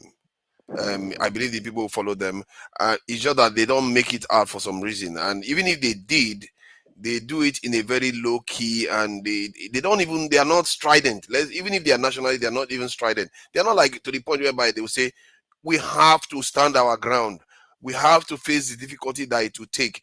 Every nation goes through that phase. If you want to emerge, you will go through that phase.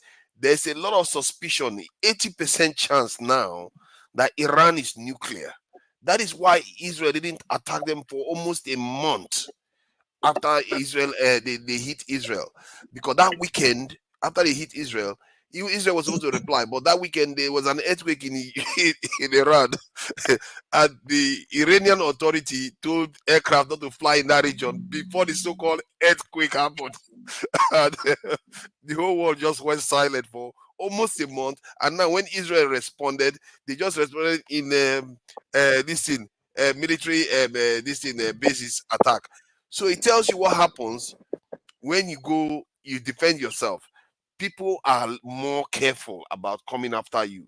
It's just common sense. And that statement, look at what Mao Zedong wrote now. He said that he didn't write it. He actually said, if we don't want to be bullied, we need to have this thing. That is what he did.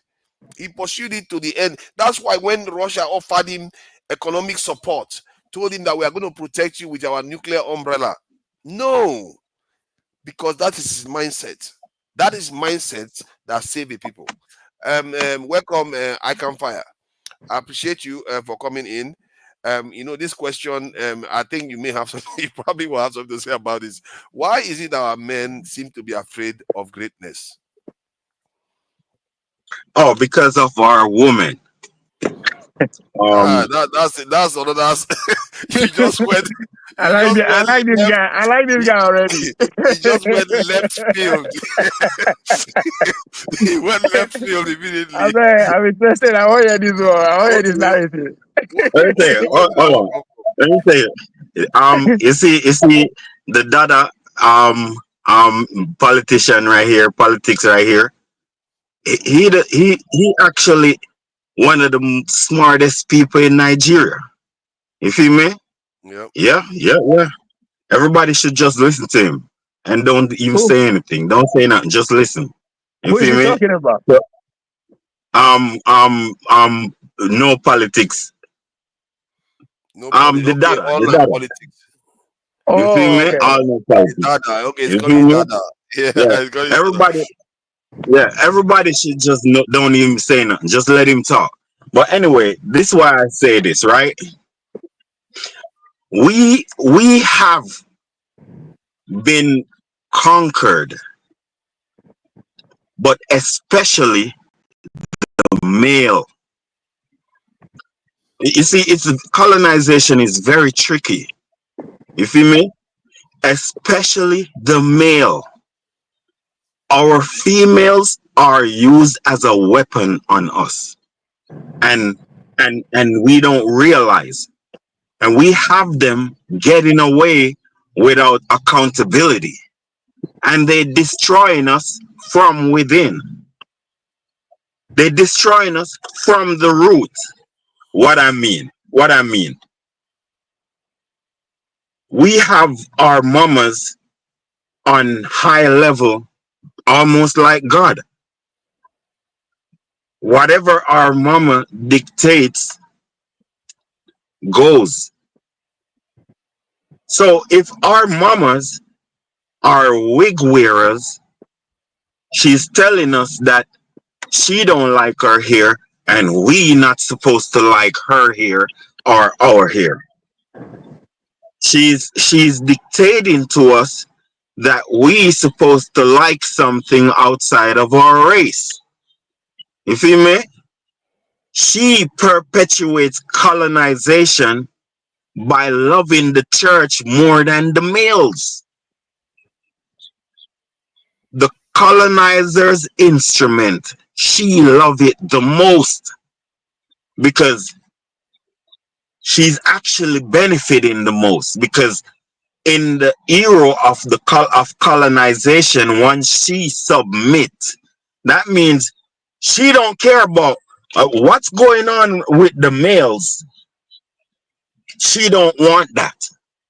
Sometimes she's loyal and will turn us into something weak in order to protect us from who she feared the most, which is not us, the black men. We all need to understand this thing. All right, look how North Africa, their women are under control because Islam is a masculine religion and Christianity is a feminine religion. One promotes feminism and one promotes masculinism. You feel me? So that's why if North Africa is going to be rich or poor, it all depends on the men. That's why Saudi Arabia and all these, they don't really have problems with their women. You understand? But pure issues in southern Nigeria, over here in the diaspora, Jamaica and America, our women are uncontrollable. In the Christian world, our women are uncontrollable. They have a voice of their own. They have a objective of their own. You feel me? Why I say that? You have Pan-Africanism, black consciousness. It's all over the black world, and it's least attended to by women, by black women. They don't want to be in that by majority, and they're not teaching that. You feel me? They don't want that type of control because it means you have to deliberately submit to the man and allow the man to reconquer his land. You feel me? Okay. In so which now case, let me ask some questions. How? Because all societies, I don't think the men took permission from the women to do the great things they've done. If anything, maybe they worked with their women to accomplish what they did, or just did what they did anyway. The Christian faith that you said is feminist is the people that practice it were very, very chauvinistic. They used to sell women. okay. And All right, they used to remember tell their this. wives. Sorry, let me Okay, finish. They used to remember tell their this. wives. The women didn't even have a right to vote. They didn't have at the moment, rights that African women used to have. Igbo women didn't All even right, have it. This is recent. So I let want me to finish say the this point. to The point you. I'm making is that what can you do now based on your submission? What is your suggestion to say, okay, now the women are doing this, how to redirect it? Because the men also have agency, Yeah. they have power, they should be able to Okay. This is what we have to own their do. own failure. Okay, this is what we have to do. We have to do what we have to address the point of all no politics. We have All to right. address his point. This is his point, right? There is no emphasis on African black education in anywhere around us, as in Nigeria, as he was saying. So what we need is African oriented education that this dissect history for the children on a daily basis, girl and boy. You feel me? So they cannot use our people on us. You feel me? Okay. Okay. In America, black women are spending $30 billion on wigs. So in Nigeria, where there is 150 million women, would you want all of these women to be buying wigs? You know what that gonna cost your economy? So all I'm saying, So what I'm trying to say is, But for us the to, men are buying SUVs, traveling overseas to go and get treatment. To They are relying Nigeria, on foreigners. it's you not being what they are. unfair, It's not what they are buying. Niger, that's It's unfair. just That's it, unfair. You have your own here. You have Yeah, your own here. but we have our hair, but we buy SUVs, we go overseas, and many of our men see many of our men see foreign women as better looking than their own Now women. the All that stuff. listen. The government should ban the imports of vehicle so people have to buy from innocent. That's how things operate. You feel me?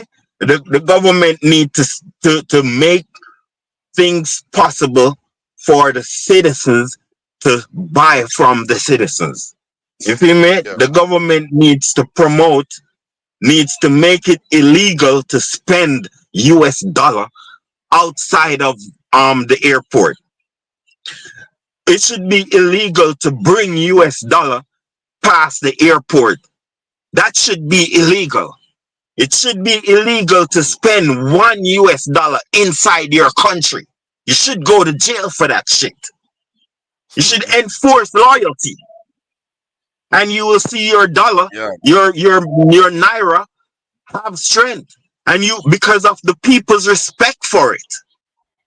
Yeah. Your money is nothing without people. It's people that make money.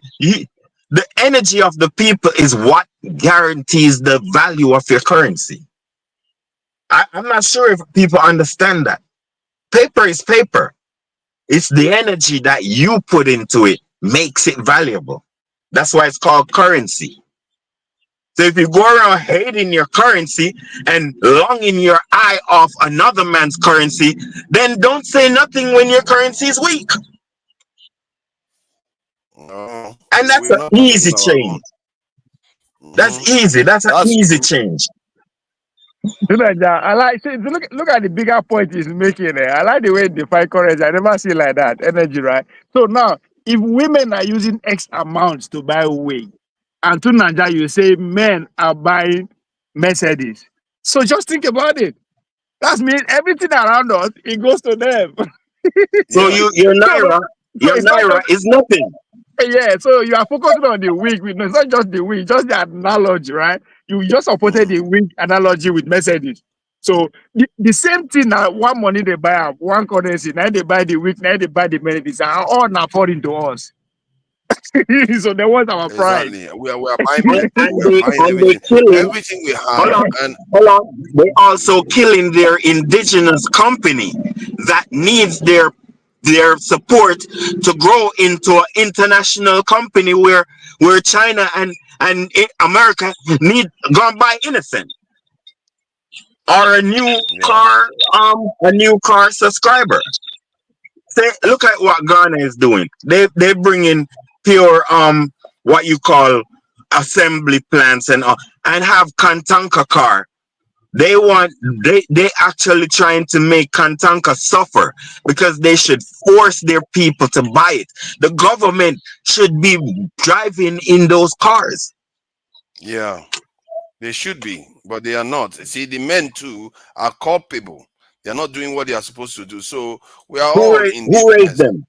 Who raised them? Yeah. How do you think the man will drive Mercedes? How do you think Jagu will drive Mercedes if he don't buy a wig for his wife? Jagu cannot drive Mercedes. He will buy a wig for his wife. It don't go work. See that?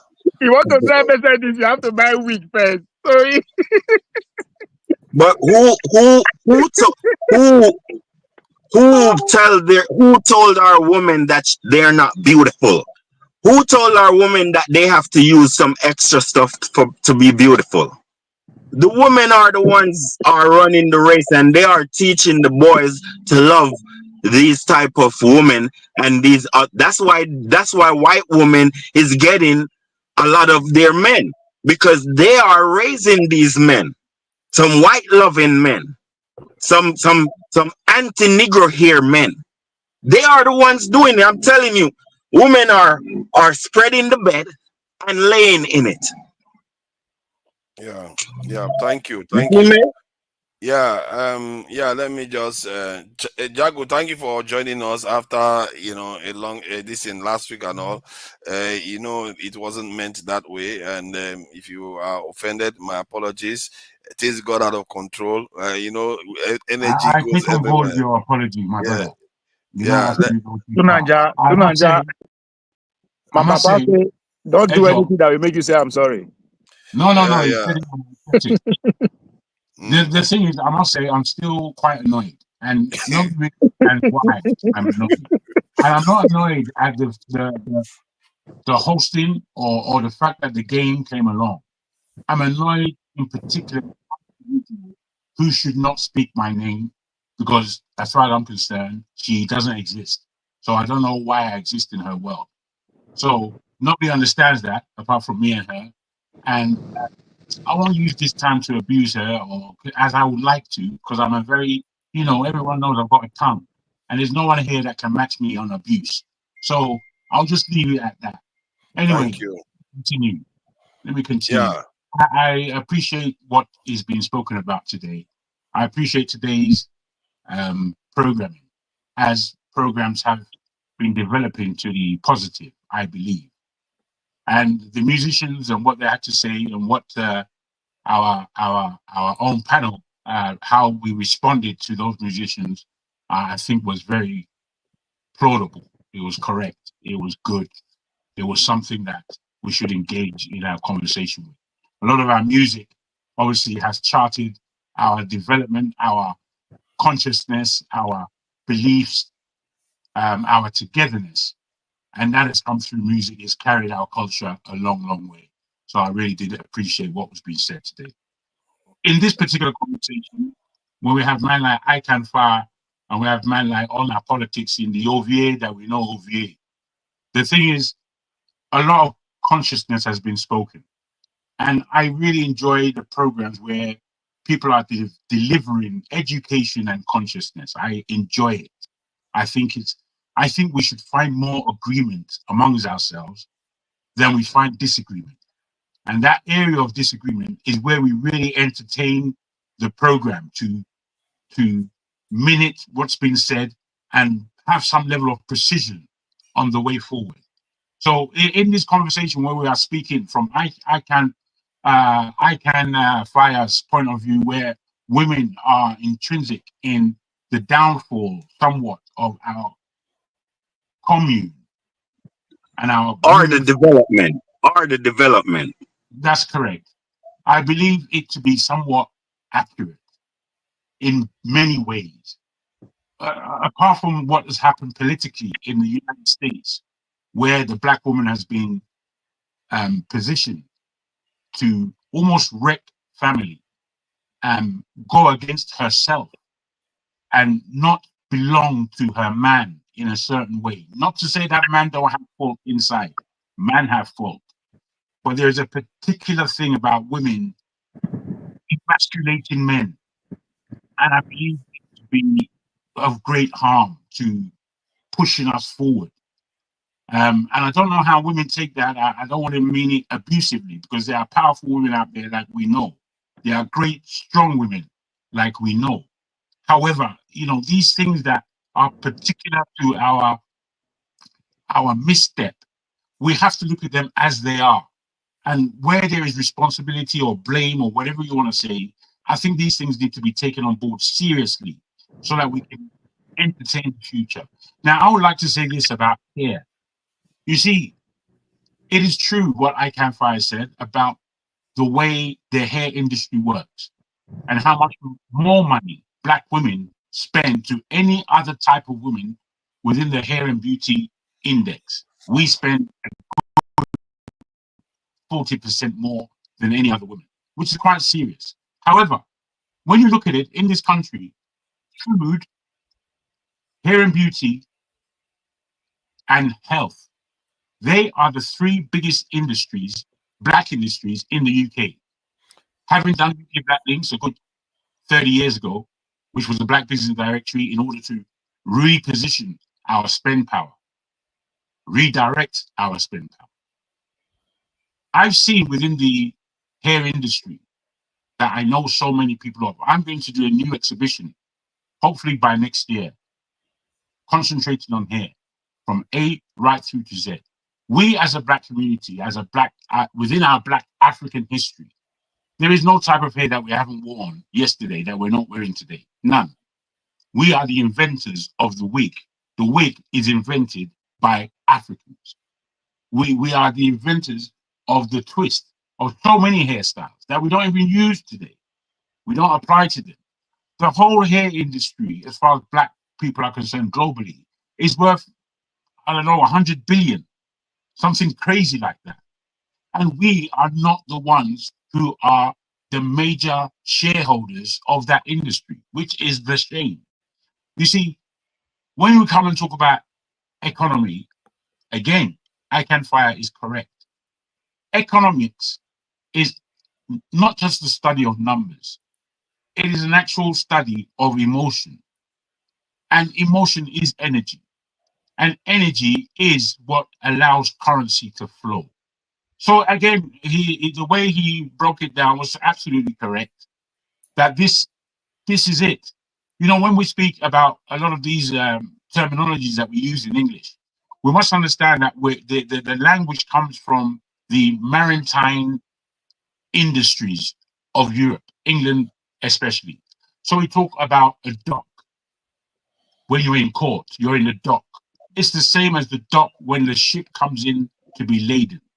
We talk about a court. A court is basically an area where the ships come in. You understand?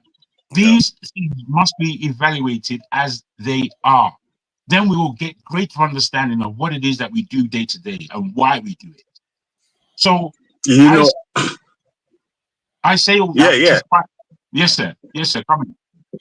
Hold on. Let me just recognize this I wasn't coming in. Campfire for coming in, because he comes in all the way from Jamaica to contribute to us. Let me just do this for him.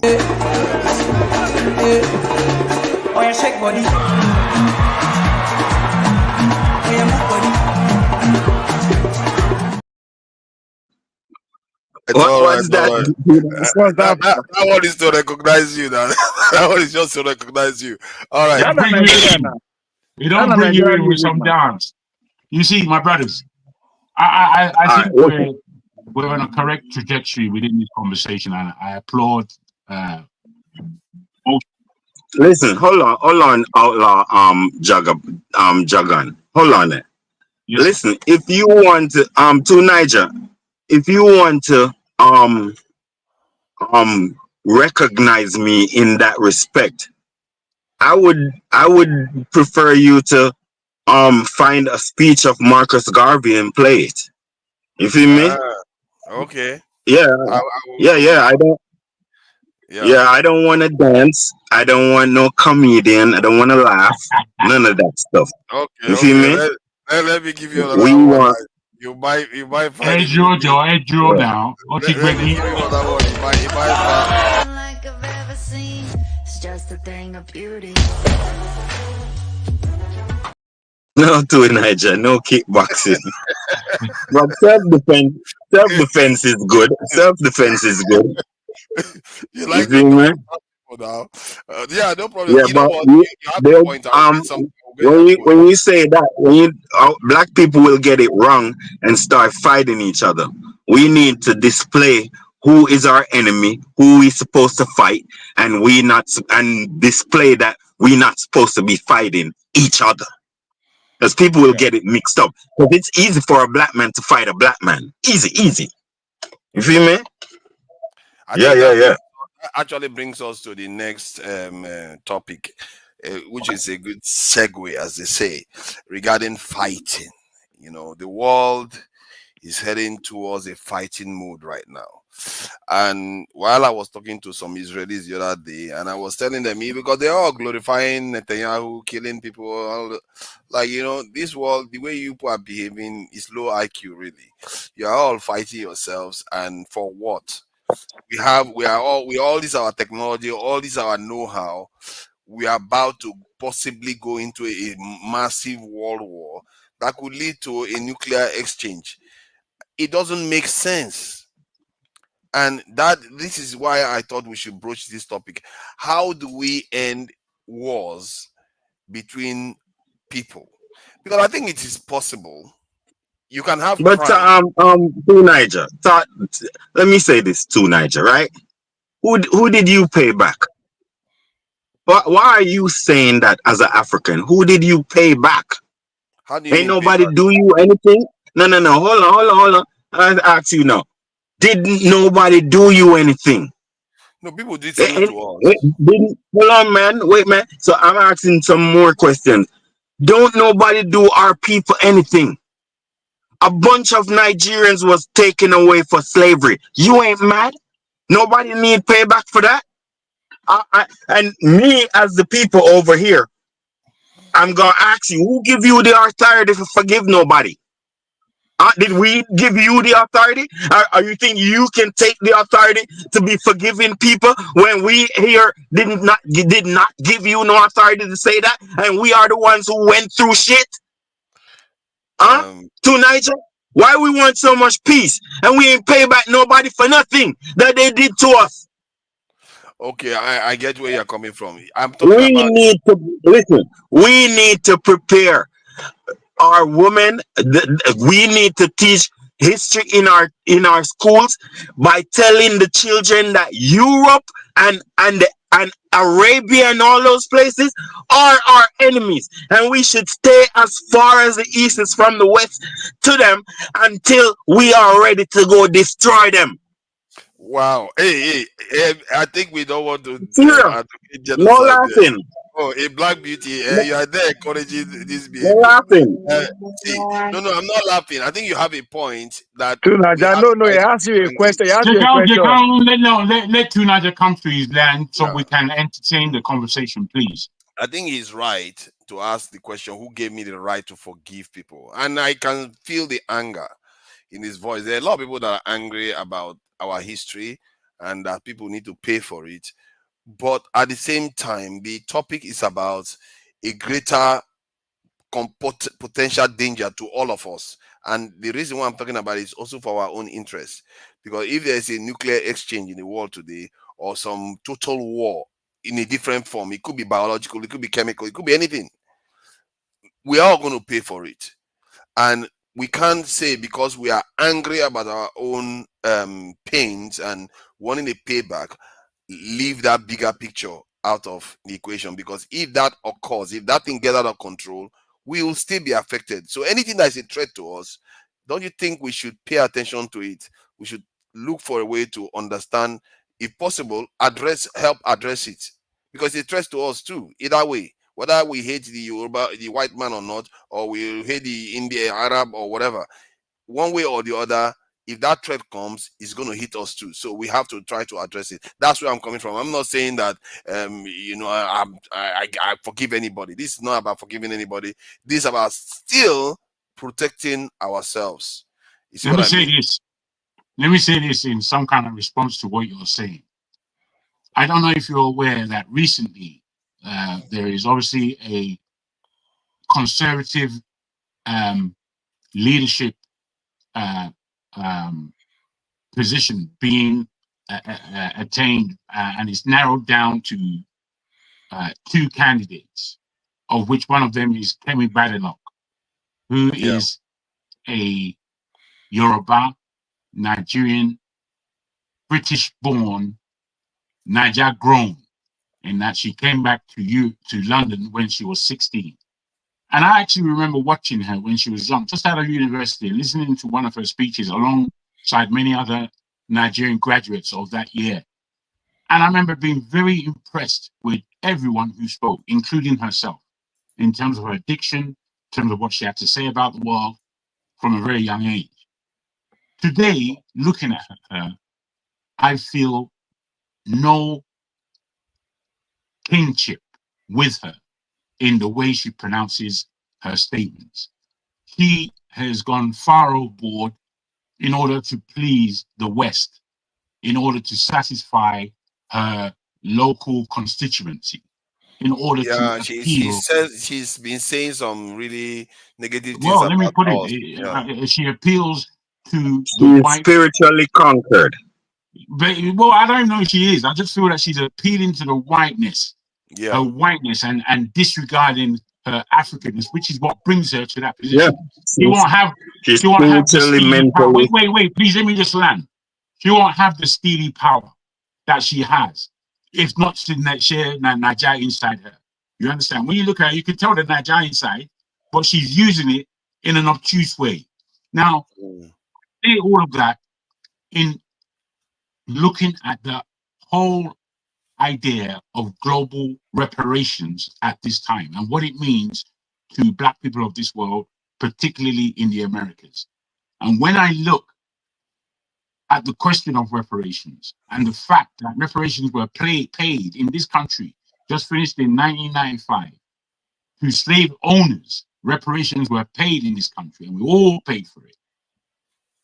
It is quite terrible that she and many others who are so-called first-class politicians are rejecting out of hand even a conversation upon this matter, which is a very serious thing. Now, I say all this again to say that we continue. I don't believe that reparations can be paid.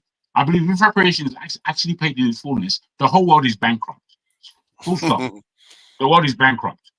Now, I say that we have politics to play, and we can play with this whole idea of reparations in order to strip the power to a large degree of the communication about nuclear fallout. And we have to know how we're playing our game and how we're using our power. And I don't always understand, if we understand that, again, it boils down to the value of your position, the value of your culture, the value of your technology. And if we as Africans are going to play this game, we have to play with all the means we have at our hands. And reparations to bring and balance the economies of the world is a serious weapon within our armory that we have to use accurately. Thank you. Thank you. Ovie, you have not said anything in a while. So yeah, what do you think, ending fighting amongst people? Because this can we find another way of doing this, like in the context of a kind of global organization, if UN is not effective, that can be able to kind of equalize the world to an extent?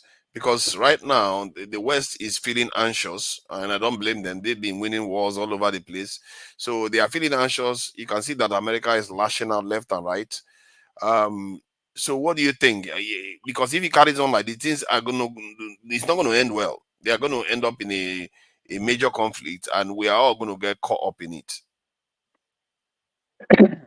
First of all, they say all fingers are not equal. And in animal kingdom, they say all animals are equal, but some are more equal. So I don't know what you are talking about equality. I don't know where that is coming from. So to start with, my brothers, they will give you power to say we will not go fight again. That's as hilarious as that sound. That is a very potent question, right? All of us need to ask. Our South Africans need to ask. Who give the Mandela go ahead to accept the deal where they give out to exclude economy and the rest? Who give out that agreement? That's by the side. I think when you are talking about the world as it is today, the first question you ask yourself, what position are you? Before you know whether you can even talk, or then be so many people listen to you. Because where I know, poor people know they feel start fight, and poor people cannot start war. War in the day contest. It's not poor people know they start down, poor people know feel do am. But now them be the casualty. So where are you in the hierarchy of things in the world? We know counts. When I mean we, I'm talking about the whole black race. We know they among the hierarchy. We know they. So to say you won't start war or you won't stop them, it's not in your power. No, it's not in your power. When people won't fight, it's not in your power. You not to decide they come. Why these people won't fight? Where am I? Am I going to be caught off guard? Am I going to be caught in this fight or not? In today's war, as we speak today, there's nothing like no alliance country as it be in the 60s. That's why you see them visit us for Abuja. You have to be on one side. Are you with the BRICS or you are with us? So that we know how we go handle you. You understand? So that's the whole continent of Africa. The only nation talking about freedom that ever rose to be free is Haiti. One need to go and read the history of Haiti. Those are the only brave black people that rose up to say, you know what, we want to be free. And since they make that attempt, that's what they are still going through today. So what we should be aiming, no Bizebamu who stop them to fight when they no fight. It has nothing to do with it. We should be looking, how do we free ourselves? And that's the conversation we have to have within ourselves without them. So the fight where they go on has nothing to do with us. They are not worrying about us at all because they know that anything where they need from us, they will take them without any resistance. There's nothing we wanted to push them back. As you rightly know, with your nuclear weapon paranoia, which was on the right place. So we don't matter. Leave us first. That's why Americans were able to leave the whole continent for France and British to explore, to build themselves after the Second World War. And when they need them, they come back. So when we say, as it goes back to the idea of being a conquer people, right? When we come from that prison, we need to think, okay, how do we free ourselves from these people? And I think where we missed it, I don't know why we don't miss it. I would say we don't miss it because we refuse to capitalize on what is going on at the top. America is fighting to protect its hegemony, whether I like it or not. China will take from inside that empire. We could not organize enough. Our leader could not organize enough to now stand as they come. Americans, they come say, we must do their policy. We will say no. They won't fight us, or maybe they fight around. But none of the African country will put itself in that position to negotiate. India did. You understand? That's why India they do, despite all the welcome when they give them for Washington, they see they go Ukraine, they see they go Russia, and everybody, they no send. You know why? Because they understand that with what the Chinese are presenting, trying to take back from that empire where America get, they will need India by their side. So they cannot afford to do anyhow with them. So that's why India used the opportunity to begin shoot up their nuclear artillery, the go moon and everywhere. You understand? They look to the future. They know where all these things will happen. So our leaders, they are busy trying to be, okay, let me manage the territory for you. We miss that. Right? I thought that was the OB movement because now people revolution will protect you, reach that place. Right? If you look all the nations that actually free themselves, it was at a time of empire in crisis that they shoot, which is what the North are doing with their, when I talk about the Islamic agenda with their bill, they understand that the man who is the president, anything he go do just to remain in power, right? They push it. Yeah, so collectively, I think we keep missing every opportunity that we have to, and that's because there is no organizing going on before now.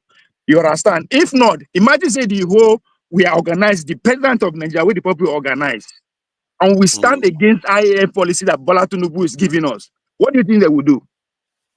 Okay, I wanted to ask you though, if you have somebody with a lot of weapons and flamethrower, and he's got everything, you don't have anything, and you are both in a house, then he goes and gets drunk. He's got all those things on him.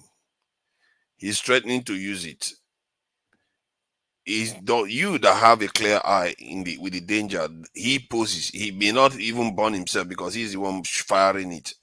He may not burn himself.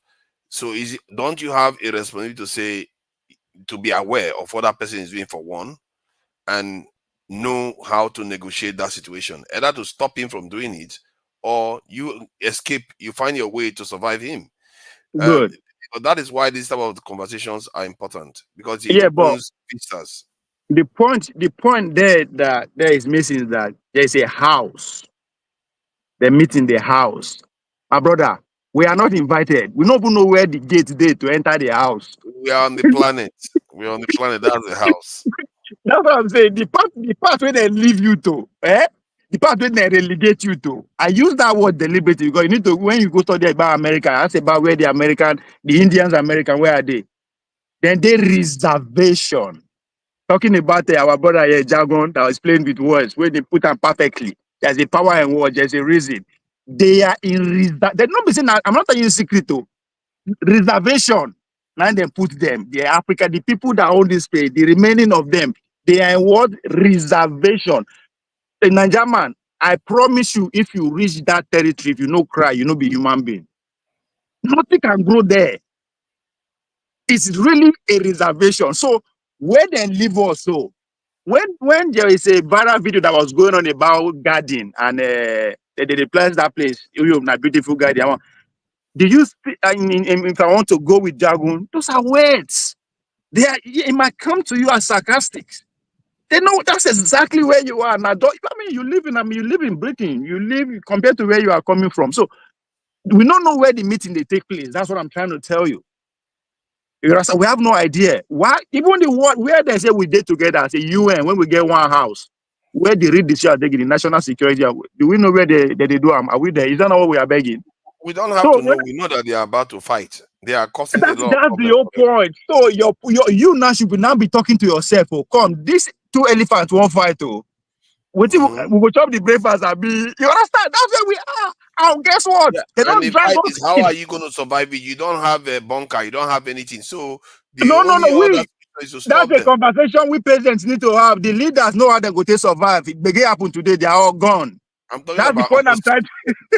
I'm talking about us. To be fair, I'm not even sure they will give our leaders any DC. What? Because they don't need them then anymore. They don't need them. No, them will just fly, go us, just like in America now. This weekend, all the big guys go their country home. Some will go stay on top ship because anything will happen after the election. So our big men say go move. No roots anymore. All our rich people at that time, there are no roots. You they shall say bunkers there for every citizen for Sweden. What do you mean there are no roots no more? We that have it, our own people, those ones that don't have it, like some of them that have not gotten bunker, they will come and take our own. Our rich men that think that they have their own now, they will lose all of them. That's what they thought anymore. That is the point I made that we know when they are not worrying about us. We know so nobody they plan with us. You can't plan with it. If you want to plan your family future, go call your gate man. Do you do that? No, you don't. No, I don't. I'm not saying they are planning with us. I'm saying that if as a thought experiment, we that because they are drunk on power, they are drunk on the fact that they won the conflicts after conflicts after conflicts, and now. No. Okay, sorry. I'm not. The point I'm making. Let me just read the point so I can kind of lay it out. Yeah. So they are drunk on power, and now we have arrived at a juncture in the world whereby if we go into a third world war, we probably will all be imperiled. We are not talking about one person get away, and no, almost all of us are going to be in trouble, apart from the ones that go underground that may come back. How many decades later or years later? Who knows? We are in a dangerous point, and the world itself is not exactly very friendly. The world wants to kill us too. There are so many things that wants to kill us as human beings, from diseases to natural disasters to all kinds of stuff wants to kill us. But yet I don't feel like we are still in a primitive stage where we spend so much energy killing each other. When you look at it, I know that our situation, we don't even have the luxury to think at that grand level. But that is what is happening. We've got our eyes, we've got our brains, we know what is going on. So how do we address it? That's what I'm saying. When you are saying we, you have to be very specific, because in the context of we, right? I say we the black race, we no count. One. Then we now break it down to the Nigerian context. We also have to break it down. The elite and we the peasant.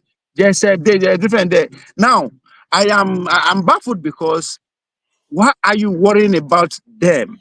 Instead of you to worrying about let's say Nigeria now, the Nigerian state, you are in Lagos to the Nigerian tell you say tomorrow light go off nationwide by 12 p.m. and you begin to worry. Will your worry make it not happen? That's the situation. So that's what I want to say. Yeah, that's the situation we are. Eh? The fight, it go happen whether we like it or not. Right? That's what I want to say. Don't forget Tone there. Sorry, Tone. So that's how we should be seeing it, regardless of what it will happen. So how do we, the poor people, protect ourselves? And the only way we can stand the chance is we will use the opportunity to rise against our elite. It's an opportunity for us to rise against our elite. Yeah, give me a second. Go ahead. Sorry. Give me a second. Yeah, let me take a second at what Two Niger is saying, right? Yeah. First of all, President Ramaphosa of South Africa tried it. The evidence is there. The evidence that is there that the African leader was such a non-entity that he got disrespected in Ukraine. You feel me?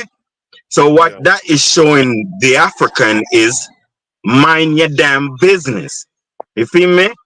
In terms of you don't have the geopolitical power to go say anything to Israel. Israel is a nasty mentality set of people that call you a Goa or some shit like that. You feel me? They call you the Goas, No, the no. Goy. They call The you the Goy. going. You feel me? So but we need to understand geopolitics a little bit, brother. You feel me? Yes. Mhm. Sorry, The only problem, hold on. The only problem with this war is that I kind of like Iran, but to me, Iran right now should go to war with Jordan and them Saudi people. But this is what I have to say. This is what I really want to say. Africa needs to find out, needs to understand that the Israelis killing out Lebanese and Palestinians, they're doing us a favor. Wow. They actually doing us a favor. Let's Hold try on, to hold on. break You want me down to now. justify that? You want me to justify that? let me close No, my tell point so that that to you the can use people your of time. wait to Niger. Tell the people of Sudan that we supposed to straighten up our words. Tell the people of Darfur that we supposed to straighten up our words. What does the Palestinian and the Lebanese think about Darfur and those people? What do they think? Huh? They think nothing of them. You feel me? None of them is bothered about the conquering of North Africa. So actually, these people are enemies that's dying. We should be glad. Tunaja, You feel me? let me close up like this, right? Two things. You said these people are drunk with power. No, you are getting it all wrong. These people are fighting for their survival. You see now, America, they fight for their survival. China is coming to take part of what they control. So now matter of life and death and day. And the Chinese too, they need their own freedom. Freedom say we need to rule the world. So it's not power drunk. No, they're not. No, they're not. They're not fighting for survival. No, they're not. They're fighting to stay on top. That's They're survival. fighting. That's what it They means. fight. No. That's No. survival. Now it's breaking down. All right, okay, No. okay. So you hold on. Let us not argue. Africa Make has him been land. living. Make him land. I can. Make him land, Jay. Let not argue about that, right? That just has to be in top of survival, however you say it, but it's not power drunk. Yeah. Two, but you talk about South Africa not being with the way they move shows that we are not matter. I totally agree, but people so don't understand there's the consequences that follow that. Unless you are not following the election that just concluded in South Africa, the oppressors are back in power. Pretty much, they are one leg in. That is the consequence because they push money in to make sure that they prop that party out to share the power now with them. So how long is it going to take before they come back to take the majority again? So that's the consequence. But two, something is happening that we also need to take advantage of. Talking about solution now, or how do we take advantage of instead of trying to stop what is going on? The Kenyans, you have to give them credit for being more. They are more current. They are more in tune with what is happening. That is what inspired that uprising among the young people because they know their president is desperate to stay in power. Hold on. I'll say this. The Kenyans saved Dangote. Go ahead, big brother. That's So the Kenyans have to go like that because they know this man cannot afford. He wants to stay there by all means. So either you stay there and forget about the tax we are bringing in, or something happen. That's what we need to do because Bola Tinubu, give him credit, is still doing well in terms of not provoking us to get to that level yet, because the task is still coming. That task is still coming. They are just still whizzing around the bush. That's why it's expanding. So are we in a position to hold Bola Tinubu by the balls, just like our Islamic brother holding by the ball with their bill? Are we the people organized enough to hold him by the ball? Say it's either you live with this policy or it's over, because it's about timing. But that's why you see, that's why I asked you that question. There is no nationalist to lead that kind of revolution. So all of them now the same, they're just lining up. So that's where I Thank you. I see. I think people may find this topic a little bit kind of what they call it, utopian kind of talk. It's more realism, and I agree with Akanfire that they are fighting for dominance. They to maintain their position, not for survival. If they can America will no, my brother. If you don't dominate, how do you survive? Wait. Even though it could be said like that, being dominant. Like it could be said like that. It was an but you wait. If we really, forefather, if we really recognize that the West, America and Europe, are financially strapped, it's about to blow up in terms of dollar terms. The dollar is about to fall into many millions of pieces. Given this, they are playing the game in order to sustain their supremacy, where in actual fact there is none. It's paper they're spending, not spending any hardcore money. Any fiat currency today is just a piece of paper with a representation, and that's it. So they know where they are economically, and they know that there's a rising power from China and the global south, because we still maintain everything under the ground in terms of our mineral wealth, not to speak of the human equity that we have. So given the fact that we are further educating ourselves, America is aware of where we are in the world. They're using all these kind of technology and all kind of strenuous applications in law in order to sustain their supremacy. That is a vision. It's a lie. It's nothing practical. So whilst they're playing that game, the global south needs to be realizing its intrinsic power. We need to be realizing that now and begin to make moves against whatever thing they have to do. Now, bottom line is not to blow up the world. At the end of the day, these people will do so if they find that they're in a losing position. If they find that they're in a position, desperately, they'll let go of the nuclears. You understand? But we have to be in a position before such time, so that that power can be taken from them. And that's the score. That's the score. Yeah. My Jamaican brother said something profound. He said, "Who's tell you say we go forgive them?" So that is also at the back of their mind. If they lose that supremacy, what is going to happen to them? Are they going to get paid back? That is the survivor right there. That's right. Let me That's right, bro. Because you're right. No, you're right. Because if we get powerful enough, can I be allowed? If we get powerful enough, I would suggest we put them back in poverty. Yeah, because that's the only, and we would be saving white people if we put them back in poverty, because that's the only way they can regenerate their population. See, let me just add about Turkey. Turkey was an Ottoman Empire. It's no longer a powerful nation, but its existence is not threatened. British was the top nation in the world, and in terms of an empire. What do you mean? His existence was not. What are you talking about? Wait! I just wanted to answer. What do you mean about Turkey? You always come with some logical stuff where it's illogical. Turkey was this is the Ottoman Empire, isn't it?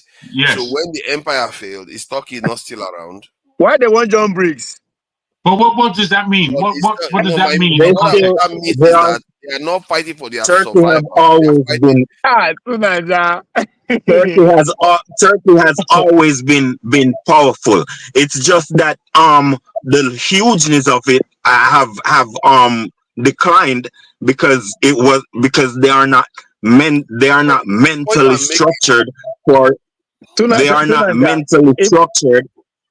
If Dangote Are you hearing me? if Dangote become broke today, do you think how you go classify that? It's pretty much dead. So saying go broke today, no get money, job like me, a regular people like me and you today. Do you think you see himself? You see himself as a dead person already. So that's what you are just describing about No, Turkey. no, you're looking at it from the point of view of death, but in reality, it's not an existential threat. It's this is an empire kind of threat. Is that okay? Like the Soviet Union, when it failed, is Russia not still there? The point is that you can fail as an empire, but the nation will still remain powerful. That is the point. No, but I know that's a poor, but the remaining powerful, that's in the second stage of not being on top. The next stage is what? Extinction. I mean, never heard of when they exist again. Talking about I don't know why you're talking about extinction. None of them are going extinct now. Which of them have gone extinct? I just tell you about the Indian American people. Yes. Before they get August visitor, we are talking about something about 20 to 30 million. Hold on, 10 to 30 million people. Now in this part of the world before. Today, as we speak, they are not up to 500,000. Is that not extinction? I think they are more than 500,000. I think they were tens of millions before. No, now we're talking about thousands.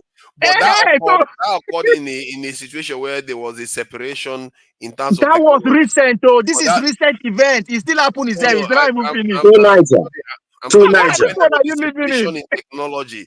This one is the same kind of powers like Soviet Union. Are you worried about nuclear weapon? What nuclear weapon can do? If they drop 2 nuclear weapons for any part of the world, those people never finish. Yes, but what are you talking about? America has got nuclear weapon. Nobody can threaten America. That's my point. No, they might lose their top position, but they will still remain powerful. But the question is that do you think these people will go down without a fight? That is what I'm saying that we have to try to avoid, because how do you avoid this? We are all going to pay a price for it. We may not even be around to pay a price for it anyway. Brother, extinction na real thing. You just say we will be alive to them. Yeah. If you gonna say nuclear, are you? Your audio is a bit shaky. Like it's supposed to be. Hold on. Now, I can you hear me? But no, I see, America, you're not very clear. No, you're gone now. Okay, go ahead. I'm saying. I can't hear you. I can't hear you. You're not hearing me? You're still shaky. Say something. I'll come back. I'll go and come back. Yeah, all right then. Yeah, on our policy, you wanted to say something. Now, let's see. What do you talk about Spain? Because Spain was on top of the world before. That's my point. But Spain is still in existence, isn't it? Even if it lost its empire. Okay. No, maybe I'm giving the extreme example by saying extinction, right? But it's pretty much like that. When you jump from number top, that was a wicked example. Like after they lose their power, extinction. Imagine Jagon is inviting me to to come and have a drink with him. I just walk out, enter with I just contact with Okada, and I don't go tell in my back. Now they drive the Okada in real life. What will you say to that? That one is dead. I'm not dead with that. But it's not dead now. He still is alive. You see, and most importantly, you still have ability to keep yourself alive, like the Soviet Union. My brother, how you think they keep yourself alive? Where you can I see, when people they feed you, that's what it means. So that you are not pretty much because they can decide to say we will not feed you again. They just say okay. They'll just say if I not feed you again. In the next 10 years, you will die. Will never be like that. But America will never be like that. Russia will never be like that. Don't say that. Why would they be like that? Our great-great-grandfather, they been talk like that before. See, to take an alien to come from space to have such a technological gap between them and Americans in the next 200 years for that kind of stuff to happen to America, where they face. I understand what you mean, though. You know, the point is that their aim is to dominate the whole planet Earth, right? That is their goal. So to them, anything short of that is a failure. So And the Chinese have the same thing. Everybody have the same thing. Me, as a Nigerian, that's not my own dreams every that. I would dominate the whole world. But isn't that dream? Is that dream not going to kill us if we carry on at this rate? We don't go die before, my guy. Why they talk about that? We are not here to stay for life. I'm saying it from the point of view that as humanity as a whole, maybe we deserve to go, maybe. But the point I was making is that why you worry about humanity? Now you start out. No, somebody has to. You don't know your beginning. Why you worry about your end? You don't even know. We don't even when we figure out the beginning fair. We don't even know the beginning. So why worry about where will they go? It's not in our power. You worry about your conscious end, not the one you cannot worry about. The one you my see, brother. You don't see a car. Don't stop him at every talk now. Please make the conversation flow nicely, Joe.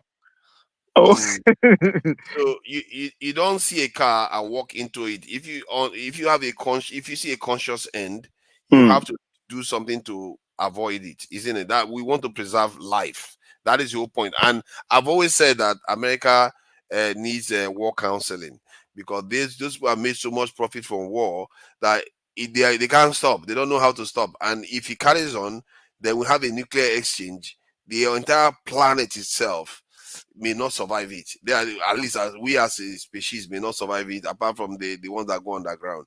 This is real problem. It's not that theoretical. Actually, it's actually potentially realistic that it could happen. Things can spin out of control very quickly, and this is why, for us to understand it, because if you start understanding that type of problem, you start thinking it might inform the way you behave now. You see what I mean? So, and that is why this conversation is good to have.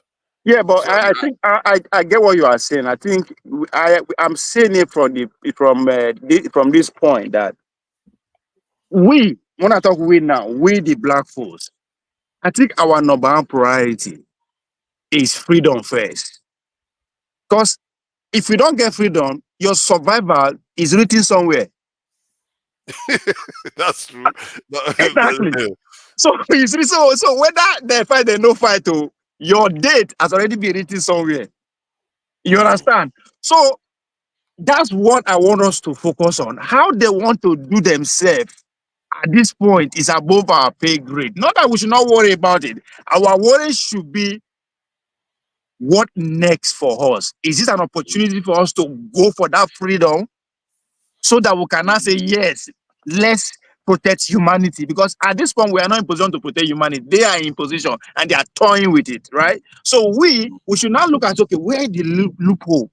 Where is the mistake going to come from that we will now stand a chance to erase that date? At least let's erase that date first. I have one.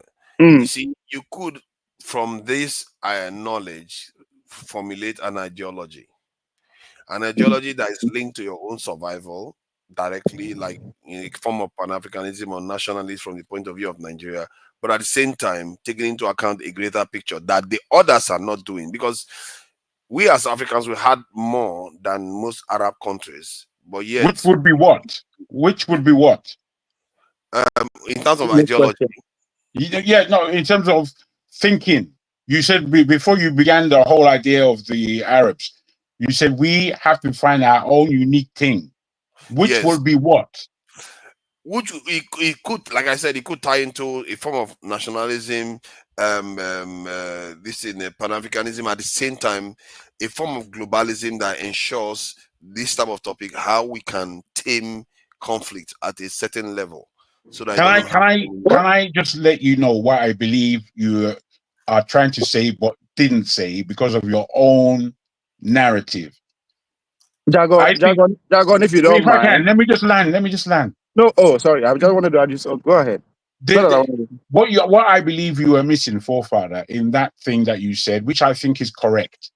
You are missing the whole idea of spirituality. And I know you don't like to use that term. It's a bit nefarious. However, if we look at the technologies that we are up against today, there is nothing that is going to be able to fight that level apart from spirituality, in my terms. But please continue. Yeah, okay. Yeah. Can I say something about that? Okay, go ahead if you want to. Oh, this guy is back too. Only, Okay, only, Empire, you go. Then Ovie goes. yeah, only Ma'at can rule Africa. We all have different cultures, but only Ma'at is close to all our cultures in terms of all we need is a set of rules like the Ma'at instead of the Ten Commandments, and that would be our spirituality. But what I'm talking about in terms of geopolitics, What is my art for people that don't know? MATTA, it's the laws that precede the Ten Commandments. That was before the Ten Commandments. That's what the Ten Commandments is made from. You feel me? It exists in Egypt, but it is a development of African thought. You feel me? Where we would just be taking back what we created anyway. So what I'm trying to say about geopolitics is we have to develop Africa. We don't have the financial fortitude to engage European inner politics in terms of now they fighting. We don't have that. The only thing we could do is we could say, okay, for Anglo America, we find where it is and we ban them.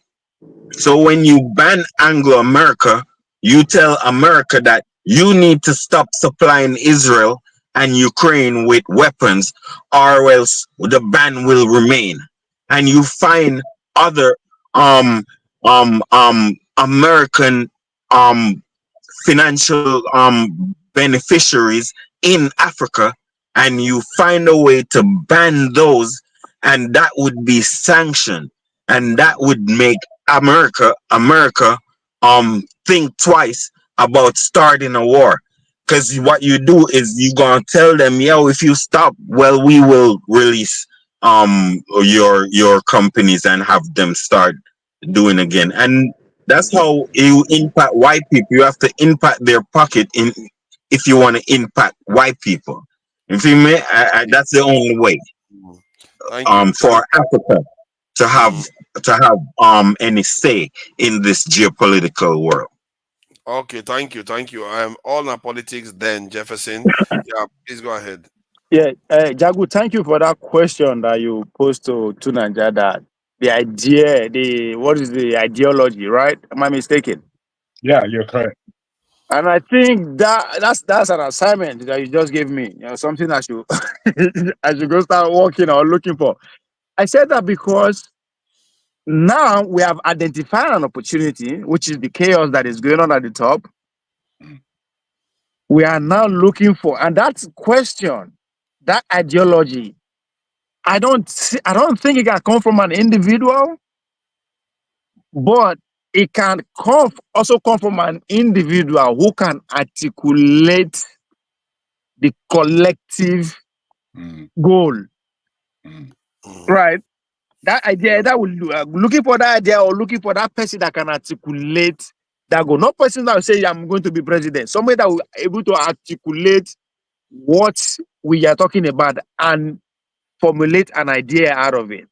Now, Tunanja, you are talking about self-preservation, but at the same time with a larger goal of preserving the whole human race.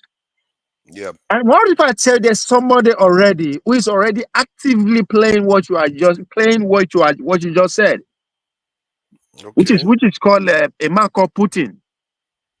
Go and listen to his speech. No. Okay, go ahead. Okay. You need to go listen to his speech when he was talking about Gaza. KGB. Okay, it's what? Hold on. Let me finish. I say he's playing it, right? We are all actors. We are all actors. Everybody, right? Yeah. You need to go listen to his speech, this BRICS Summit speech, when it was the part that he was talking about what is happening in Gaza. This motherfucker was crying. Like Hmm? literally, they said seriously. Like it became Putin, very emotional. I was like, Putin did what? that. Oh my God, I'm surprised. That surprised me. Okay, No, that It gives because was because the, emotional that how can people be being slaughtered, die like that? Like, see, I have to so check that out, man. let Let me so me go. what? let me explain something. So that's Let why I me say explain something. What Soviet Dagu Union, said. he cried for Gaza. That's too much. Oh.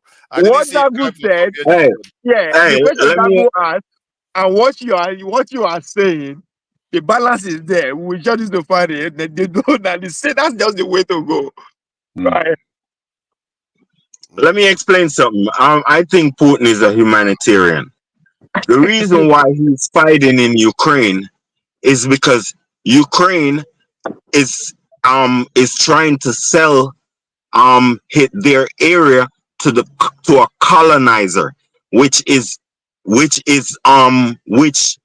has colonized a lot of the world and wants to colonize Ukraine and also arm Ukraine against his country, where that is a matter of life and death, and that's why he has invaded Ukraine. It's a survival tactic, and so I agree with Putin to do what he did because he's protecting his borders. You feel me? Yeah. When it comes to Israel and all that, um, I don't have a bone to pick in the whole matter. You feel me? Yeah. But personally, I understand that you have black people Wow. in Israel. I understand you have black people living in Israel. Of course, they are being discriminated against, but not that bad. But I don't know of anybody black living good in the Muslim world. So I can't be sorry for these people. I'm only sorry for my people. I cannot see Muslims and Islamism destroying Africa. You feel me? Having Mali, Burkina Faso, and Niger going through trauma. You feel me? Back in 3 months ago, they killed 200, 300 people in Burkina Faso heartlessly. And we supposed to be like, oh, no, I think that I think I don't have a bone in the fight. You feel me? It is what it is. What happened to them because those people. Although I'm just sorry for the women and the girls. That's all I'm sorry for in Palestine and Lebanon. You feel me? You what? Where's the Lebanese charity or development in Ghana and Liberia and Sierra Leone and Nigeria? Where they are? Huh? They Yeah. there. My my my Where's take the is that. housing project? Where's the housing project for some of the black people in the community since they there over the years milking our people? Huh? They have our women as slave over there, throwing them off, having their wicked women throwing our women off balconies. It's Yeah, like I we hear supposed to you. forget. I'm I telling hear you, we you. too forgiving. We too forgiving and we forget too much. Feel me? When people is orchestrating wickedness on us, they even have they don't have our names as the African and the nice people are. They don't have that in their language. Oh, those are the nice people, or those are the black beautiful people. No, they have your name as a slave. Those are the slave. Those are the slave. Those are the slave. Mm. Yeah, I Huh? agree with you. I hear what you are saying, but I mean, they have. see, Listen, man. I We have to need say though, we if need to teach our children everything. They cut our balls off. You need to tell your 10-year-old boy that the Islam cut our balls off. yeah, they Cut did, it but off. it's not all of them. See, hold on. I can fire the same people that are also Islamic, like Arafat, and they helped Nelson Mandela. So it's not general. Let's know it's dangerous to just generalize with everybody. And Europeans that we are talking about, not every single one of them participated in what happened. This to us. This is how I look at. This is how I look at things too, Niger. There are snakes in the bag that don't sting. You're still willing to put your hand in it? No.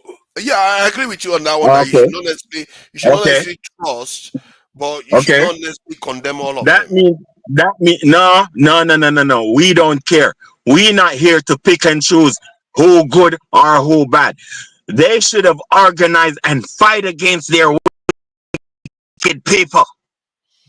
They wouldn't do that. Nobody does that. Well, that means they pay for it. All of them. You do not be trying to find out who like you and who don't like you. They all don't like you. Okay, if the Chinese took that on board, what you are saying, if they approach it that way, they would not have gotten the nuclear technology from Russia. They would say, no. My growth is not with Eastern Europe. My growth is Western Europe. It's not. I'm not hating on white people. I don't hate white people. I hate the white enslavers. White enslavers. So Russia does not have a country in Africa speaking their language for 500 years. Russia don't have that. Yeah. So you need to find out who has that. You need to find out who has that. And those are your enemies. Spanish, Equatorial Guinea, French, 14 countries in Africa, English, a lot of countries in Africa, and German. If Germany never lost, if Germany never lost the war, Namibia would be speaking Germany, and Cameroon, parts of Cameroon would be English speaking. Cameroon now would be speaking German, and Rwanda would be speaking German. No, Rwanda and Tanzania would be speaking German. It's just because they lost. So you need to know that people need to be paid back for these things. To Niger, stop picking and choosing who to go to war with. It's them, Western Europeans and Arabs. I hear what you are saying from the point of view you are coming from. Like I said, if you can't blanket all of them, like you can say, okay, yes, and even the ones that are your enemies, like the ones that you said that did all those things. Like if you take an example now, like with Japan, it was a major enemy of the US. They bombed them with nuclear weapons. Today, they are one of the closest allies together. Japan is one of the most technologically advanced countries in the world today. So what? Japan need us to get strong and liberated. Hold on, wait. Just one statement. I will concede one point to you. Say, consider everybody enemies until they are able to prove otherwise. Is that fair? No, I didn't say that. No, I didn't say that. I am saying it that we should consider everybody enemies until they are able to prove otherwise. No, what my statement is now, we should consider them enemies until we pay them back. Oh, you just want revenge? I don't just want revenge. These people are relentless. You see them giving back anything? You see them? They just stole your oil. To Niger, they ran a whole pipeline under your oil. Niger is religious. Niger is a Christian. That's why to Niger. No, I'm saying. Hold on, to Niger. Stop interrupting. Hold on. No, to Niger. Stop interrupting me. Let me talk. To Niger, these people just sent divers, technical engineer divers, very expensive process, not a Negro rig shit. and they ran a whole pipeline under the ocean from your oil lines and have been stealing your oil for decades. Mm. You're I not hear what mad. you are saying. Hold on. Agree You're with not you. mad.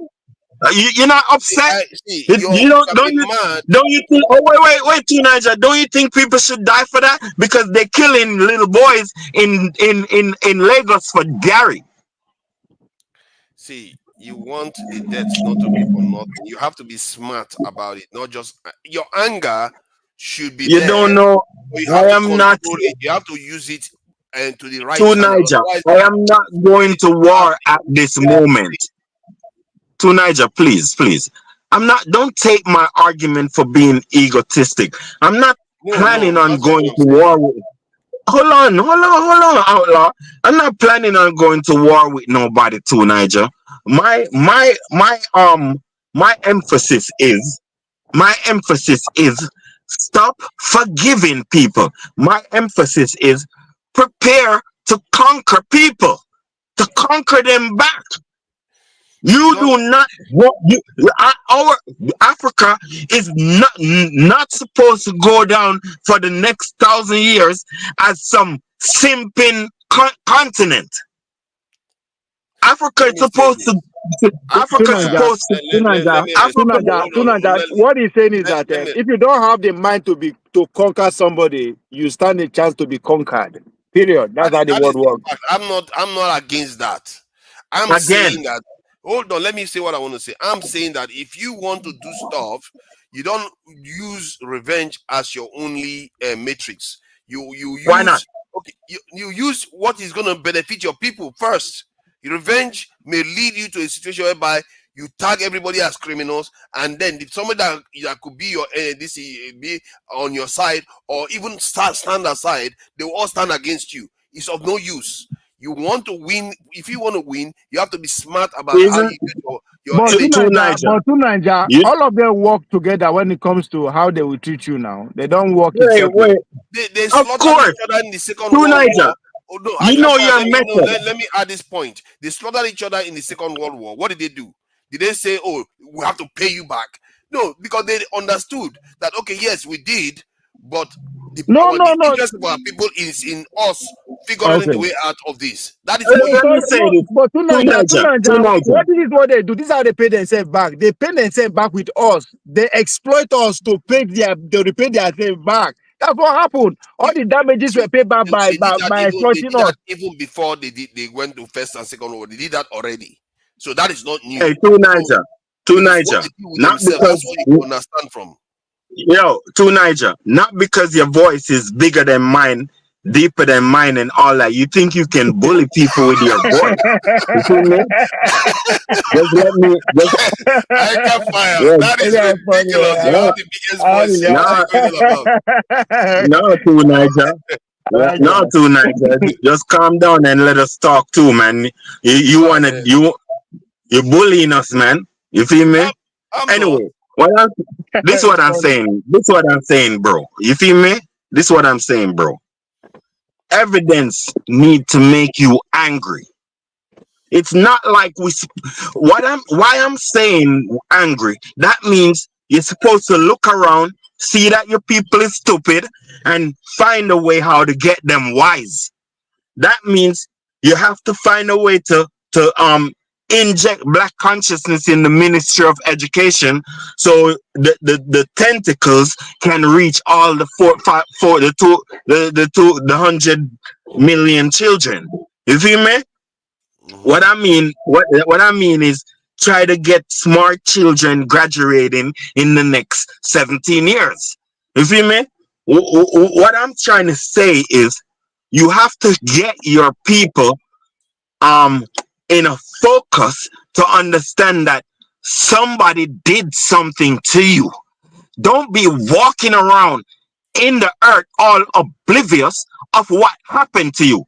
Don't be walking past your enemy and don't know this mother lover is your enemy. You feel me? And don't be trying to brush shoulders with your goddamn enemies. And that's what you all are doing. Trying to cross the goddamn ocean. What we are doing now. Come on. Hold on, man. See your big voice in me again. You see your big voice in me again. You see me? I can fire you. I want to finish, man. Go ahead. Anyway, so what I'm trying to say is our people is having a disloyal concept towards Africa and towards blackness and towards their hair. That's why they live in Africa, because they're tired of Negro hair. They want to see white skin and silk hair. That's what I'm telling you. That's why they all doing this. It's a disloyalty to their own self. That's why they piling on boats, dying on the goddamn ocean. And the fact is there. So you need to hate people that made you hate yourself. I mean, how can you love a people like that? He's a Christian. See, that's what Jesus says to do that. I can't fire. I can't fire. You guys have just been wicked today now. Who says I'm a Christian? I'm saying you have to be careful. You have to be smart about how you deal with people. Japan was an enemy, but yet look at what's happened today. It's not about revenge. It's about your survival of your people. For me, hold on. A single focus of mine. It's not about anything. Whether somebody is our people going to make it from now to 200, 300 years time? That is what you should be worrying about. Because if you want to pay back, if you want to worry about payback, sometimes it could distract you from a part of survival. You see what I mean? Like if what? If Japanese focus on payback to the Americans, maybe they wouldn't be this advanced today. No, but they wouldn't be living so well today. Sorry, Tunaja, the Japanese are running from, they are choosing the lesser evil. They're either going to get it from the Chinese or they get it from the Americans. So they choose one. Let me tell you about it. Let me say something about the Japanese. No, man. I can't fire you if we don't hear from you. Sorry? Sorry, my brother. Continue. Yeah, I say the Chinese, they did Chinese people dirty too, right? They actually try to conquer the Chinese. So they were running from the other. Are they going to be well off with China or they well off with America? So they have. Is that what you're asking us to do? That's an interesting point. I have to give that one to you. That's an interesting point. I never truly saw it like that. But so that's what we are doing now. We are choosing. We are choosing to go with America. Exactly. We are with America now. But in a way, you are saying what I'm saying. No, we're not with no America. We're not with no America. No. I mean, we are with them. Our leaders actually decide to go submit themselves with them, and they are taking orders from them. That's what I mean with them. We, the people, are not with them, but those who are running the shows are running it with the hands of. Nigeria is about to switch because Tinubu wanted to go with the West, but they took his plane.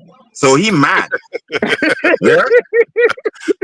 Is not bad at all. I like that. But so he ran back now. So that's why he joined in BRICS, because he want America to feel it. What they did to him. You see me?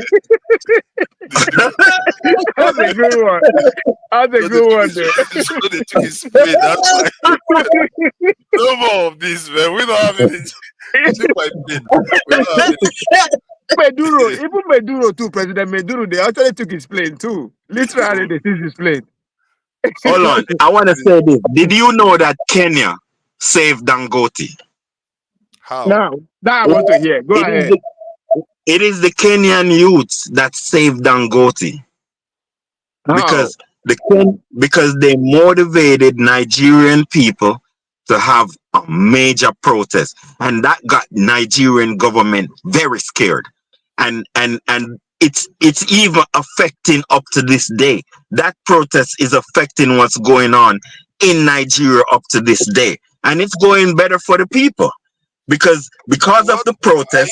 That's what saved. It's not going. No, hold on. Let him continue. So how Dangote come in here? It is the protest that saved Dangote, because it exposed a lot of the inner workings of the politicians, and they got very scared because the dudes wanted to what y'all call it, Hagerok, Hasselrock. Yeah. That's a good. I see your person. That's a good way of saying it. So what he's trying to say, what I'm getting, I mean, Tuna Jago, you can correct me if I'm wrong. What I hear him saying, the Tinubu government wanted to do Dangote dirty, but due to the protest, got the government scared and then hands up and gave Dangote what he wants. I cannot partially agree with that because I know the protest in the north, the way it was taken, was actually the fact that the government is mistreated Dangote, raiding his office and all that kind of stuff. So that actually contributed to the way they reacted. Remember they tried it. Remember they tried it. The man has been it was all exposed what they tried to do just the other day. And that's why they had to relax and leave Dangote, because of public pressure. Well, I mean, I think there might be some truth to that, because even I, when I wrote the demand for that, I think should go forward for the protest, I included Dangote in it.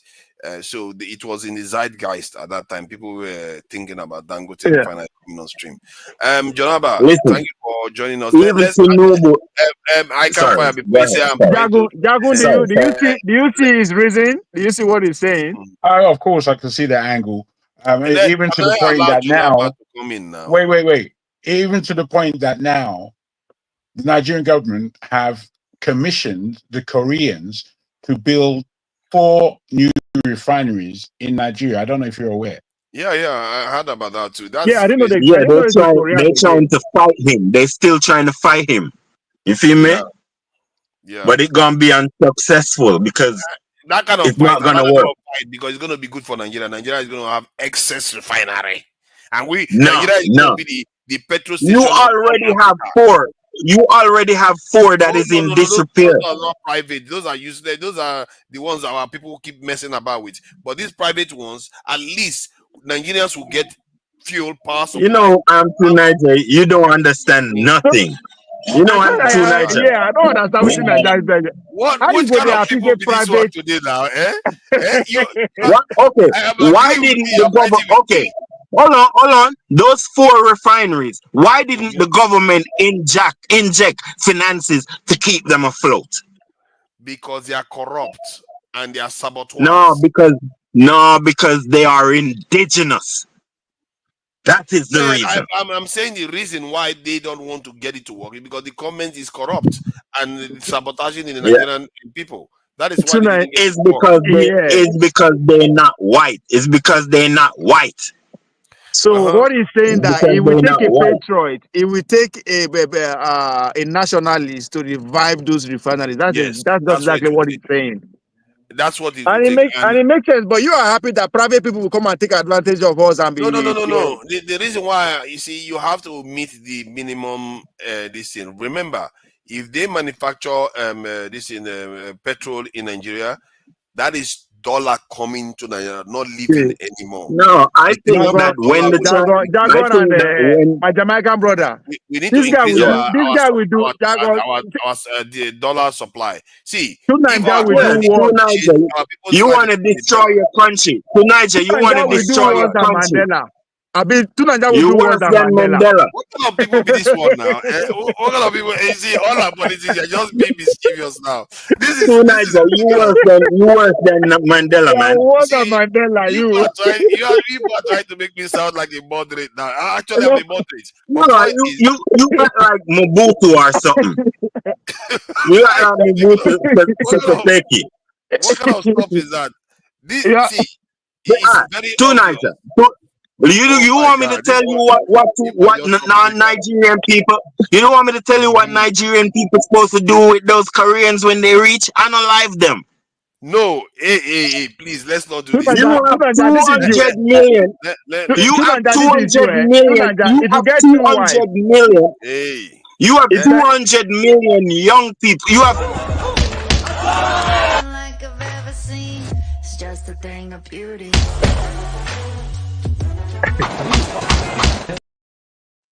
if two Nigeria get two wife, Let's and calm I'm down. Sorry. Let's two calm down. Nigeria, if you get two wife and I'm rubber come, you go say, I beg, take my first wife, keep the second wife for me. That nobody said anything like that. You see, you guys are just trying to destroy my very good reputation. Eh? This is just unfair. They're trying to destroy my reputation. Jonathan, welcome. I don't deserve this type of treatment. These people are giving me. What I you told what you you Thank that do? man go you. hard. Yeah. I told you that man go hard you now. To Thank Niger. you. To Niger. Thank You you want to share for. Let Jonah your speak. family food. I can You want to fire. share Calm your family down. food. Thank No, you How can you for share your having me. family food, to Niger? calm down.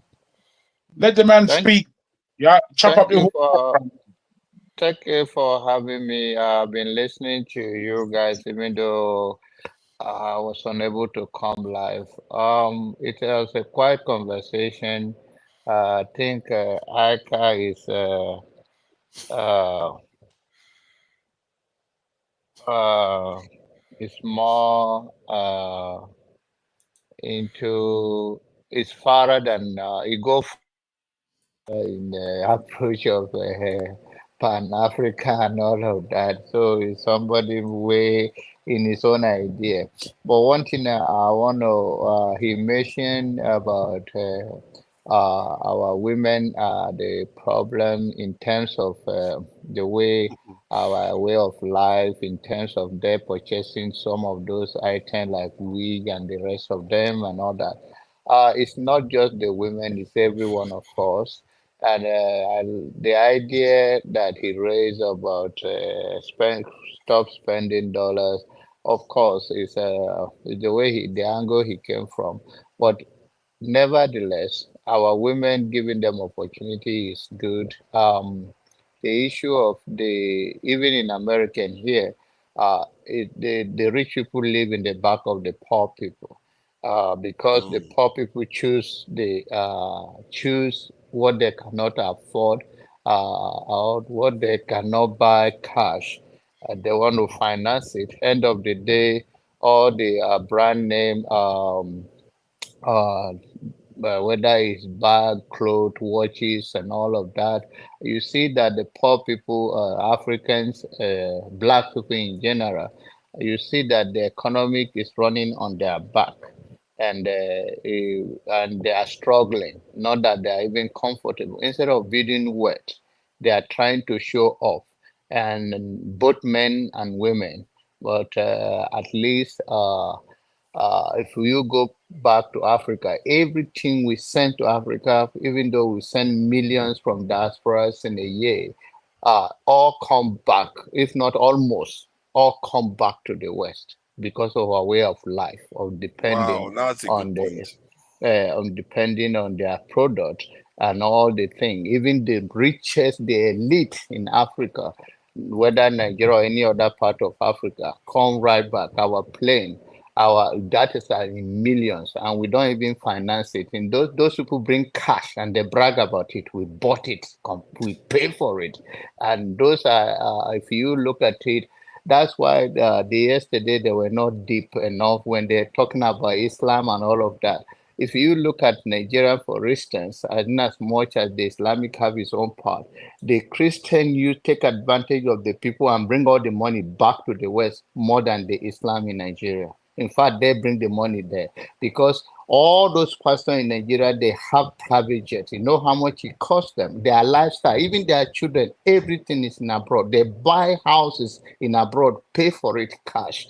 So we have to find a way where we can retain our own wealth. And we are not talking about natural resources, for instance. We are just talking about our wealth that we go to work in the West, in diaspora every day, send to our people back home. It comes right back to this place. So in such a way, we have to find a common ground and find some how do we educate our people to build wealth for themselves, because the thing is not stopping anytime soon, and it's a very a deliberate thing that they have shown in our lives, and it stayed. If you bring religion down now, you see people jumping. If you talk about this, people jump about that, and that is the cause reason why we have to find a common ground for Black people to have to own themselves and make a decision by themselves. And I'm telling you, Nigeria is a fertile land. It's a place where you eat mango and you throw it like that and it will grow there without any trying to plant it or anything. But you see that our people are still hungry. Common food is a problem. So you should know that something is fundamentally wrong in the society, and we need a leader who can take advantage of that and also change our orientation. The mentality, the youth today are victim of the old ones. Someone came to the platform the other day, say, if you send a 5 years child, he would love to take a bribe. Children or anybody are product of their environment. They are victims. They are not the cause root. They are victim of the environment. So, and this is how they will grow. How do we continue living this life?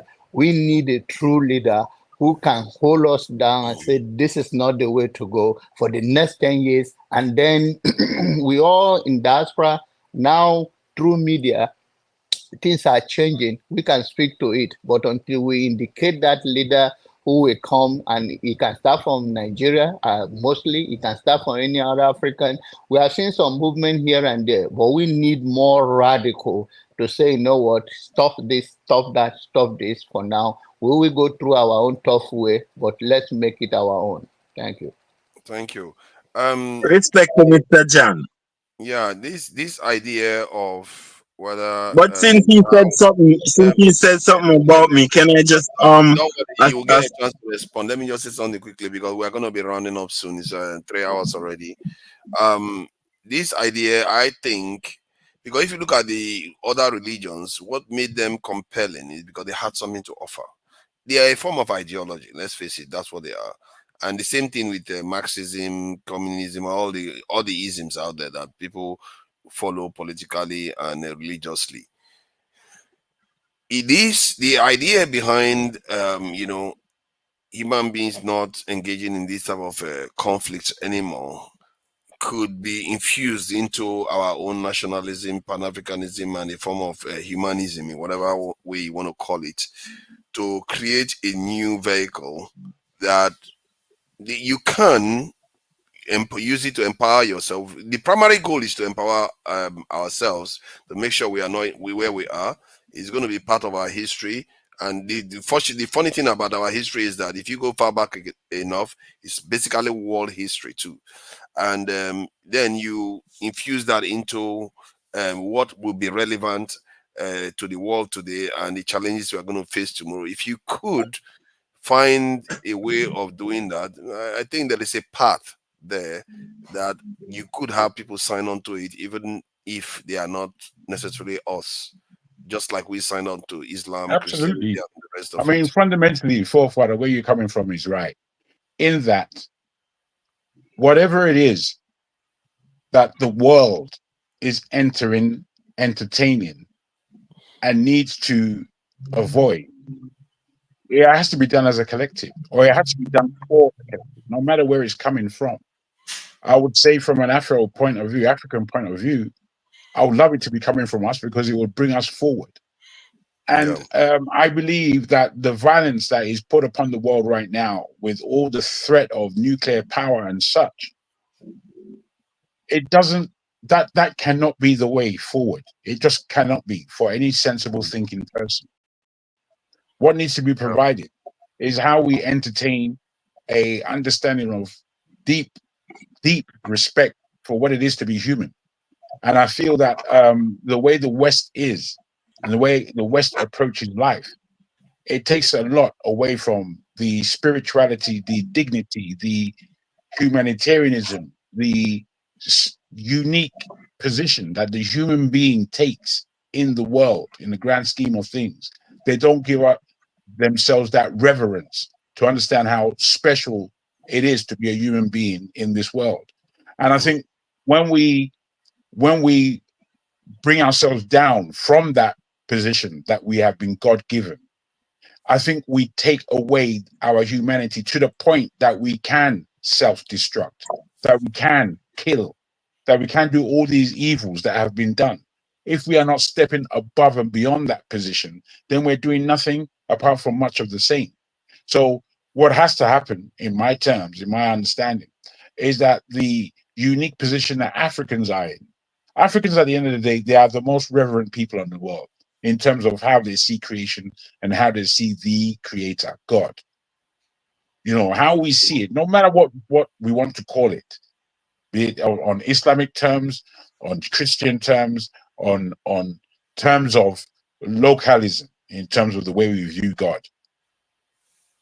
There is, forget the word. The people who pay the most attention are on the continent of Africa, or from the continent of Africa. And we have to bring in that unique spirituality that says that, look, as human beings, we are sovereign. We own this planet. It has been given to us. It's not like we had to steal anything. Yet we are stealing from each other. Like, it makes no sense. Makes no sense. The difference between the economies of the West, which that they deal with the world economy as in terms of relative scarcity, whereas we deal in African terms, we deal with the economy upon relative abundance, and there's a vastly different way of looking at things. And without this understanding that there is enough on this planet for all, as opposed to be saying that there isn't enough for us to share, so we're going to get ours and forget you guys who don't have any. You know, that kind of economics, it's never ever going to work. Never. You know, the depth of thinking that we need to bring the world into the point of being the right way round, as opposed to being upside down as it is right now. It's going to take a great challenge and a change in everyone's mentality. Thank you. I appreciate that. AY, yeah, the topic, we've gone through 2 different topics, so I don't know what you want to comment on. You came late, so we're going to be rounding up because, you know, people are going to work and life carries on. But welcome anyway, AY. You know, so what do you think about what you've had so far? This one, you quickly recognize me today. That means you are a changed man now. I have changed. I've truly changed. Ogajagu, welcome back. Nice to see you, man. You are back to the show. Mm-hmm. Not necessarily. I still go boycott you people, Omo. No, we need you here, man. You gotta be here. Oh my God. You gotta be here. Mm. What are you guys really discussing, though? I just AY, respect. AY, respect. Hey, I can, my man. Mm-hmm. One love, man. We were discussing originally why are black men afraid of greatness? Because we tend to shy away from doing what needed to be done. Because I even pulled some quotes from Mao Zedong about, he knew, you know, some of the stuff I was saying, he knew, he was saying similar stuff, that we want to get these things so that these people don't bully us, they don't threaten us, and all this stuff. And he did it. He did it, and then we know the result now of what he's done. And it appears our men, no matter as great as they have come, from Mandela to all of them, none of them have even matched the accomplishment of even what's the name of the North Korean, Kim Jong-un. Kim Jong-un, that has been able to extricate himself from the control of outsiders. You can't bully him, you can't tell him what to do anymore. And this is part of the reasoning of Mao Zedong too. He said you can't rely on people, you have to do this yourself. And all our accomplishments so far has not met that goal. And that is, it's almost as if we are afraid. And one of the terms that you hear our men use is, we don't want to die for nothing. You know, who's going to take care of my children? You know, they use those type of terms often. And whenever anything happens where they have sacrifice, like NSAS, you hear the kind of language they use. Most people will tell you, oh, the NSAS people, they kill all of them. They kill them. But without knowing that what they are reinforcing is the fear of taking action. While in reality, NSAS did succeed.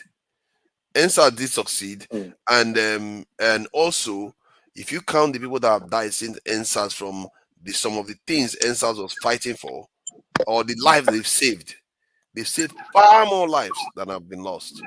Or so we fear sacrifice when we are already giving it away for free. So I don't know. It's like we are afraid to do what is right, even if inherently we understand we need to stop these things, but we don't make the move. And then the second topic was about how do we end wars around the world? You know, sounds like a utopian kind of hippie demand request. However, because of the state of things now, you know how I used to always say that America needs war counseling. You know, because if they carry on with the way they are carrying on, there's going to be nuclear exchange, and if that happens, is the joke on us? Are we that stupid that we have all this technology that can even destroy the world, and yet we can't even figure out a way to work together for that Yeah. everybody will progress? That is not very smart civilization. We like to think that black people are not very smart, but all these people, they may be crazier than us. They don't. I told them the other day, now you guys you say you are smart with all your technology and everything. You can't even figure out a way to live in a world without threatening each other with nuclear weapons. That is not smart. So, but that said anyway, that So was Niger, yeah. Go ahead, AY. Yeah. So actually, it's a very valid question. You know, why are African black men afraid of greatness? So I'm going to throw the question like this: are we actually afraid of greatness, or I think it's a mindset? I would add it again, like we're afraid of poverty. We're afraid of, just like you said, what will happen to my children when I'm no more. And we actually forgot that the debt we're running away from is gonna come one day, that we like it or not, right? The other thing I'm gonna add, like we are not able to make sacrifice as people, meaning like there is a lot of greed. We are self-centered people. So I think I heard somebody say something like, if you look at Nigeria as a case study now, somebody will have like 20 million naira. He doesn't want anybody to talk on the street again. More like there is this power showing. Not that we really have the money, but we love showing off, right? Yeah. So you are able to build one house, you're able to drive one car, you kind of like oppress your neighbors. You know, you want people to know I'm the man, you know, you got to keep quiet, you know, because in that sense, we don't really understand how to build wealth. or else. We don't really understand how to make the sacrifice. When you relate to our leaders, it's great. They don't understand how to make a sacrifice, right? Like the person is in power, instead of you to think of how this country is going to be good, what can I do even if I'm not here, this country, people coming are going to benefit from it. No, you rather think like, oh, let me just, whatever, it's not my business. Let me do whatever I want to do. They deal with their issues. You know what I mean?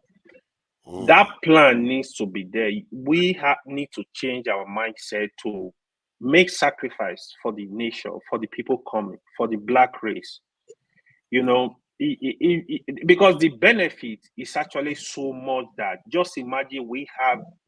Usually, I take Nigeria as a case study. I just imagine a Nigeria that is really working for Nigerians. The whole of black world will come and have it's home for the black world, it kind of, because of our population, because of our strength. Like somebody from Jamaica can come, oh, I'm going back to Africa. Go to Nigeria, build your own place, get a place, live there comfortably. People from other Africa, America, they're gonna come, oh, I'm going back home. And Nigeria is that country that would be able to accommodate everybody, because as people, I don't think Nigeria.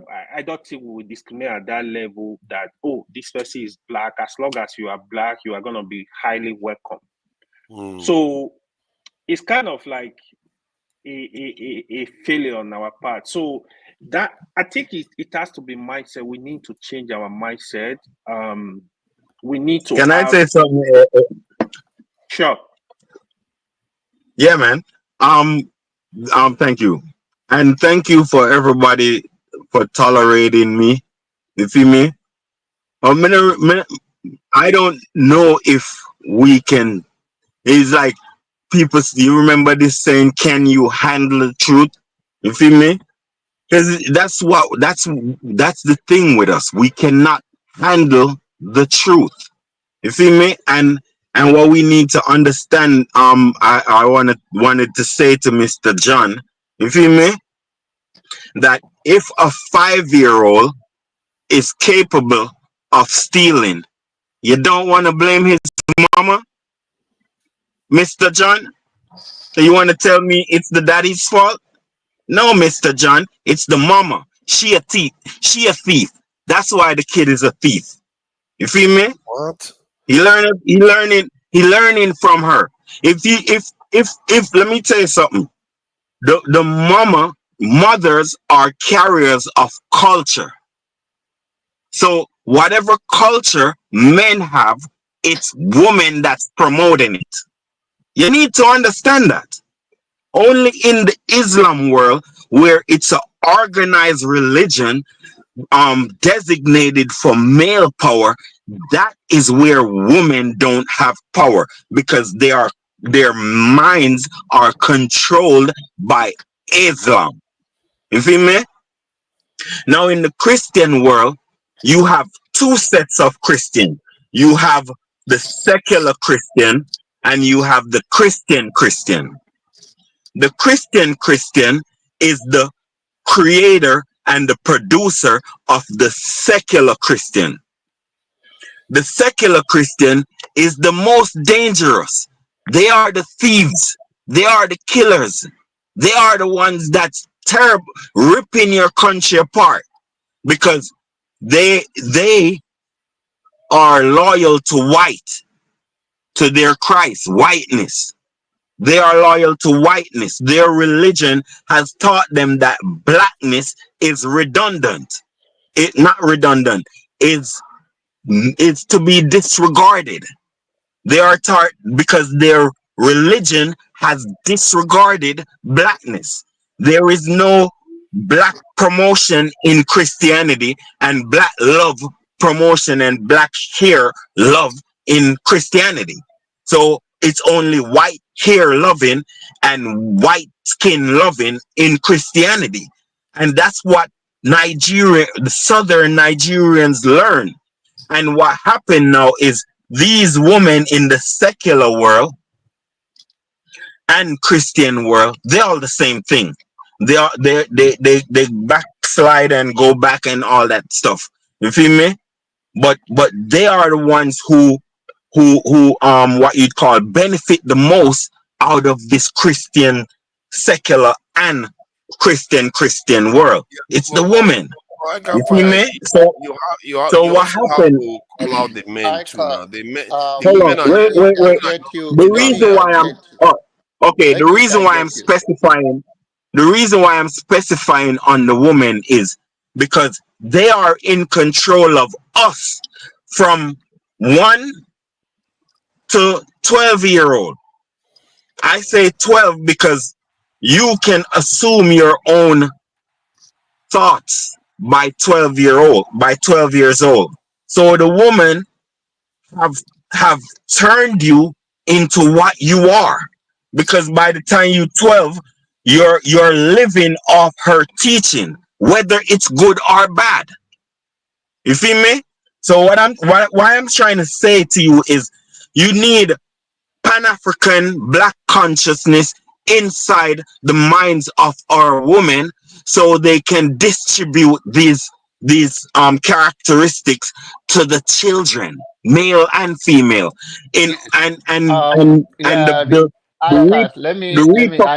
hold on. You The repercussions of that is peace in your neighborhood. Is you as a man can walk by another man without him killing you. Thank you. Thank you. now, thank you. Go ahead. Let me summarize. I'm sorry, Fofana. I know you are trying to exit, right? Yeah, we're going to be ending soon, but go ahead. Okay. Now, I think I can see Ike. I can see I don't can't pronounce I can't see the full name, but then Icon. I can. Okay. Now, I understand you perfectly the role of a woman in their children's life, including how everything they become, we are all molded and shaped and influenced by our mother, especially the closeness as a child, eating from their food, going to places. But there are also people who are brought up without their mother.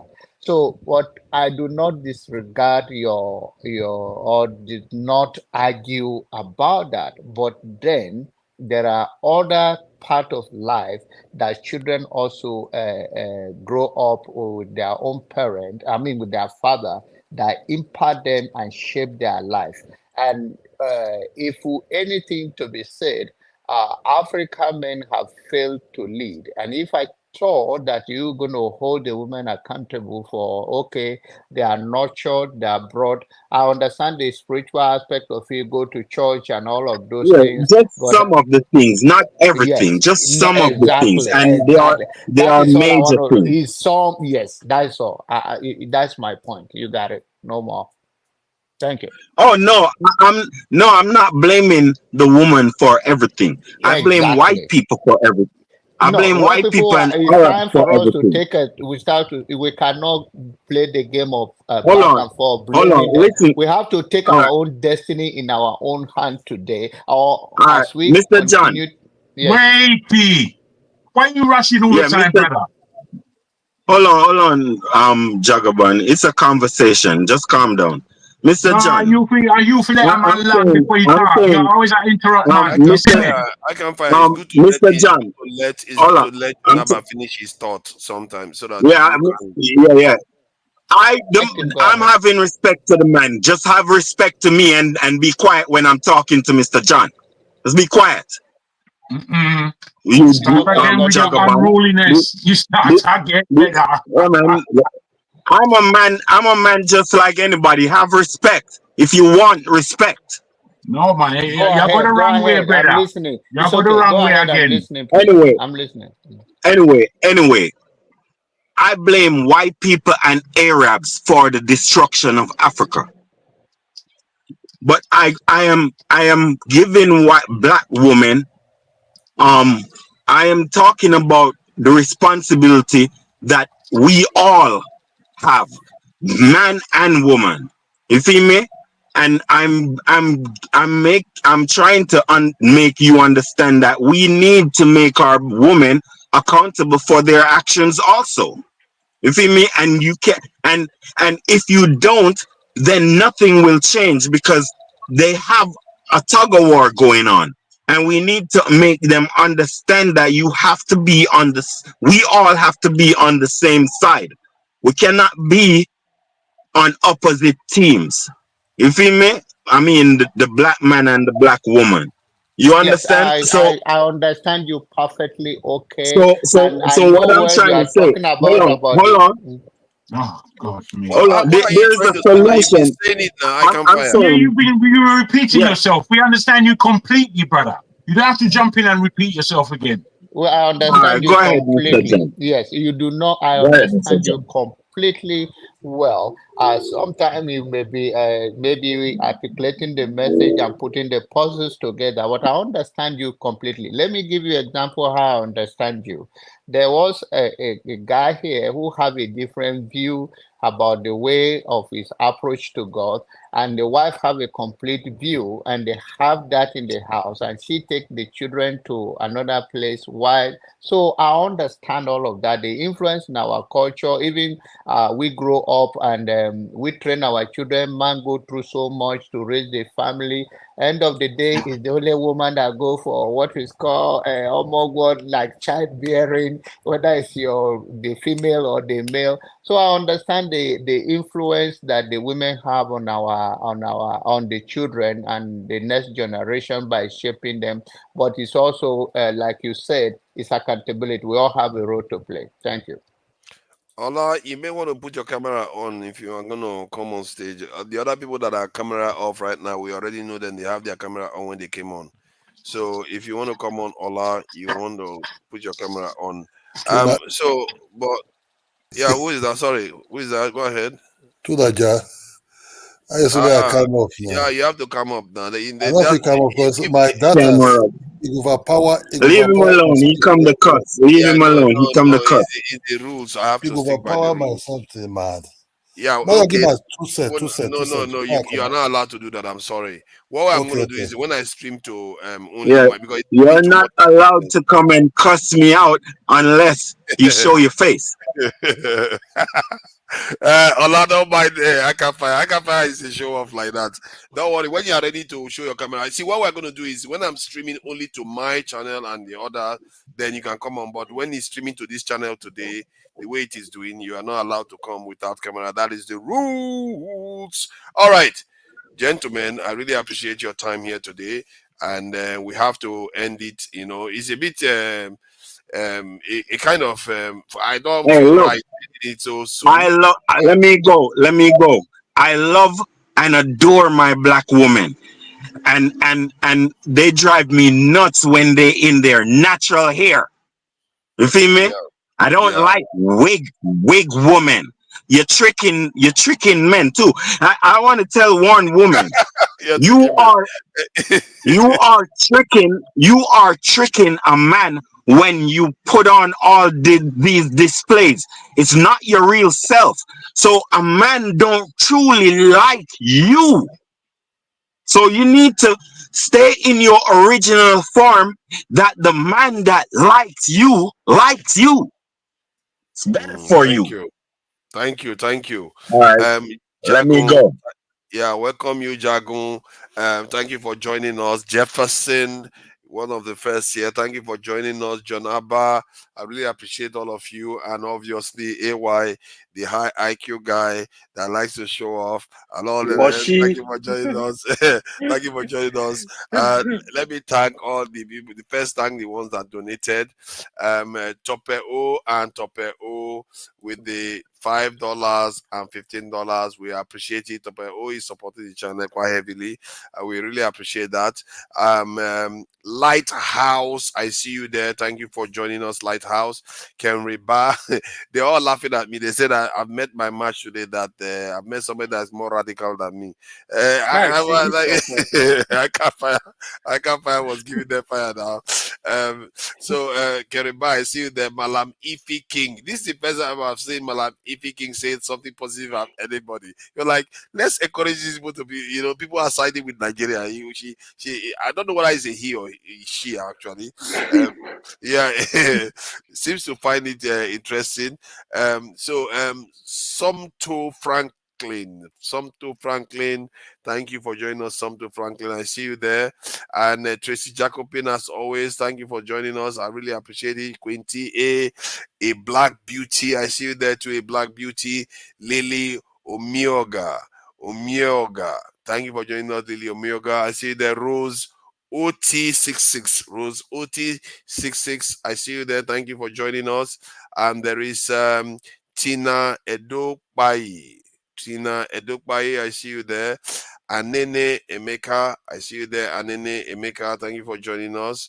Anene Emeka. Don Anthony, I see you there. Don Anthony.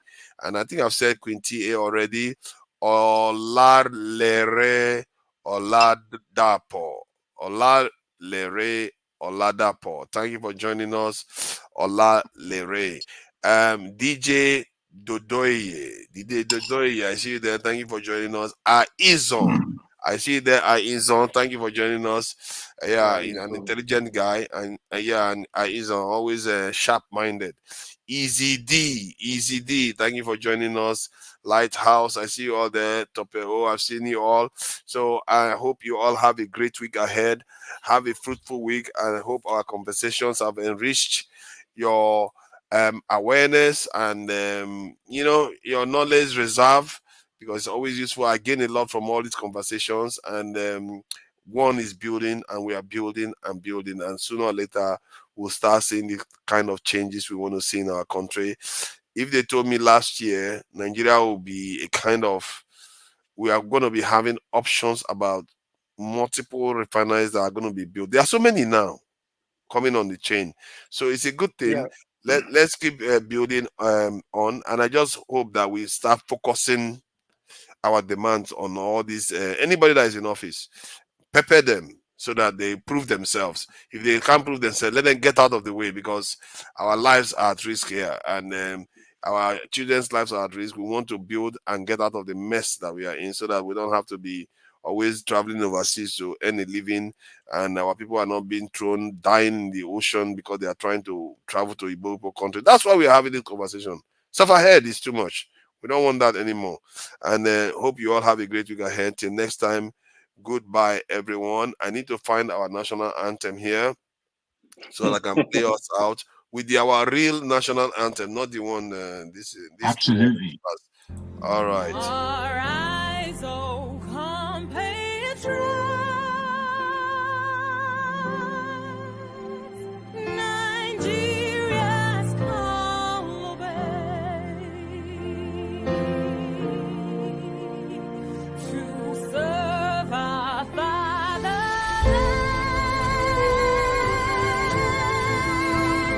We love and strength and faith. The labor of our heroes past shall never be in vain. To serve with heart and might, one nation bound in freedom, peace and unity. Hey, that's so. Yeah. Oh, yeah. Arise, oh, compatriots, Nigeria call obey, to serve our fatherland with love and strength and faith. The labor of our heroes past shall never be in vain. To serve with heart and might, one nation bound in freedom.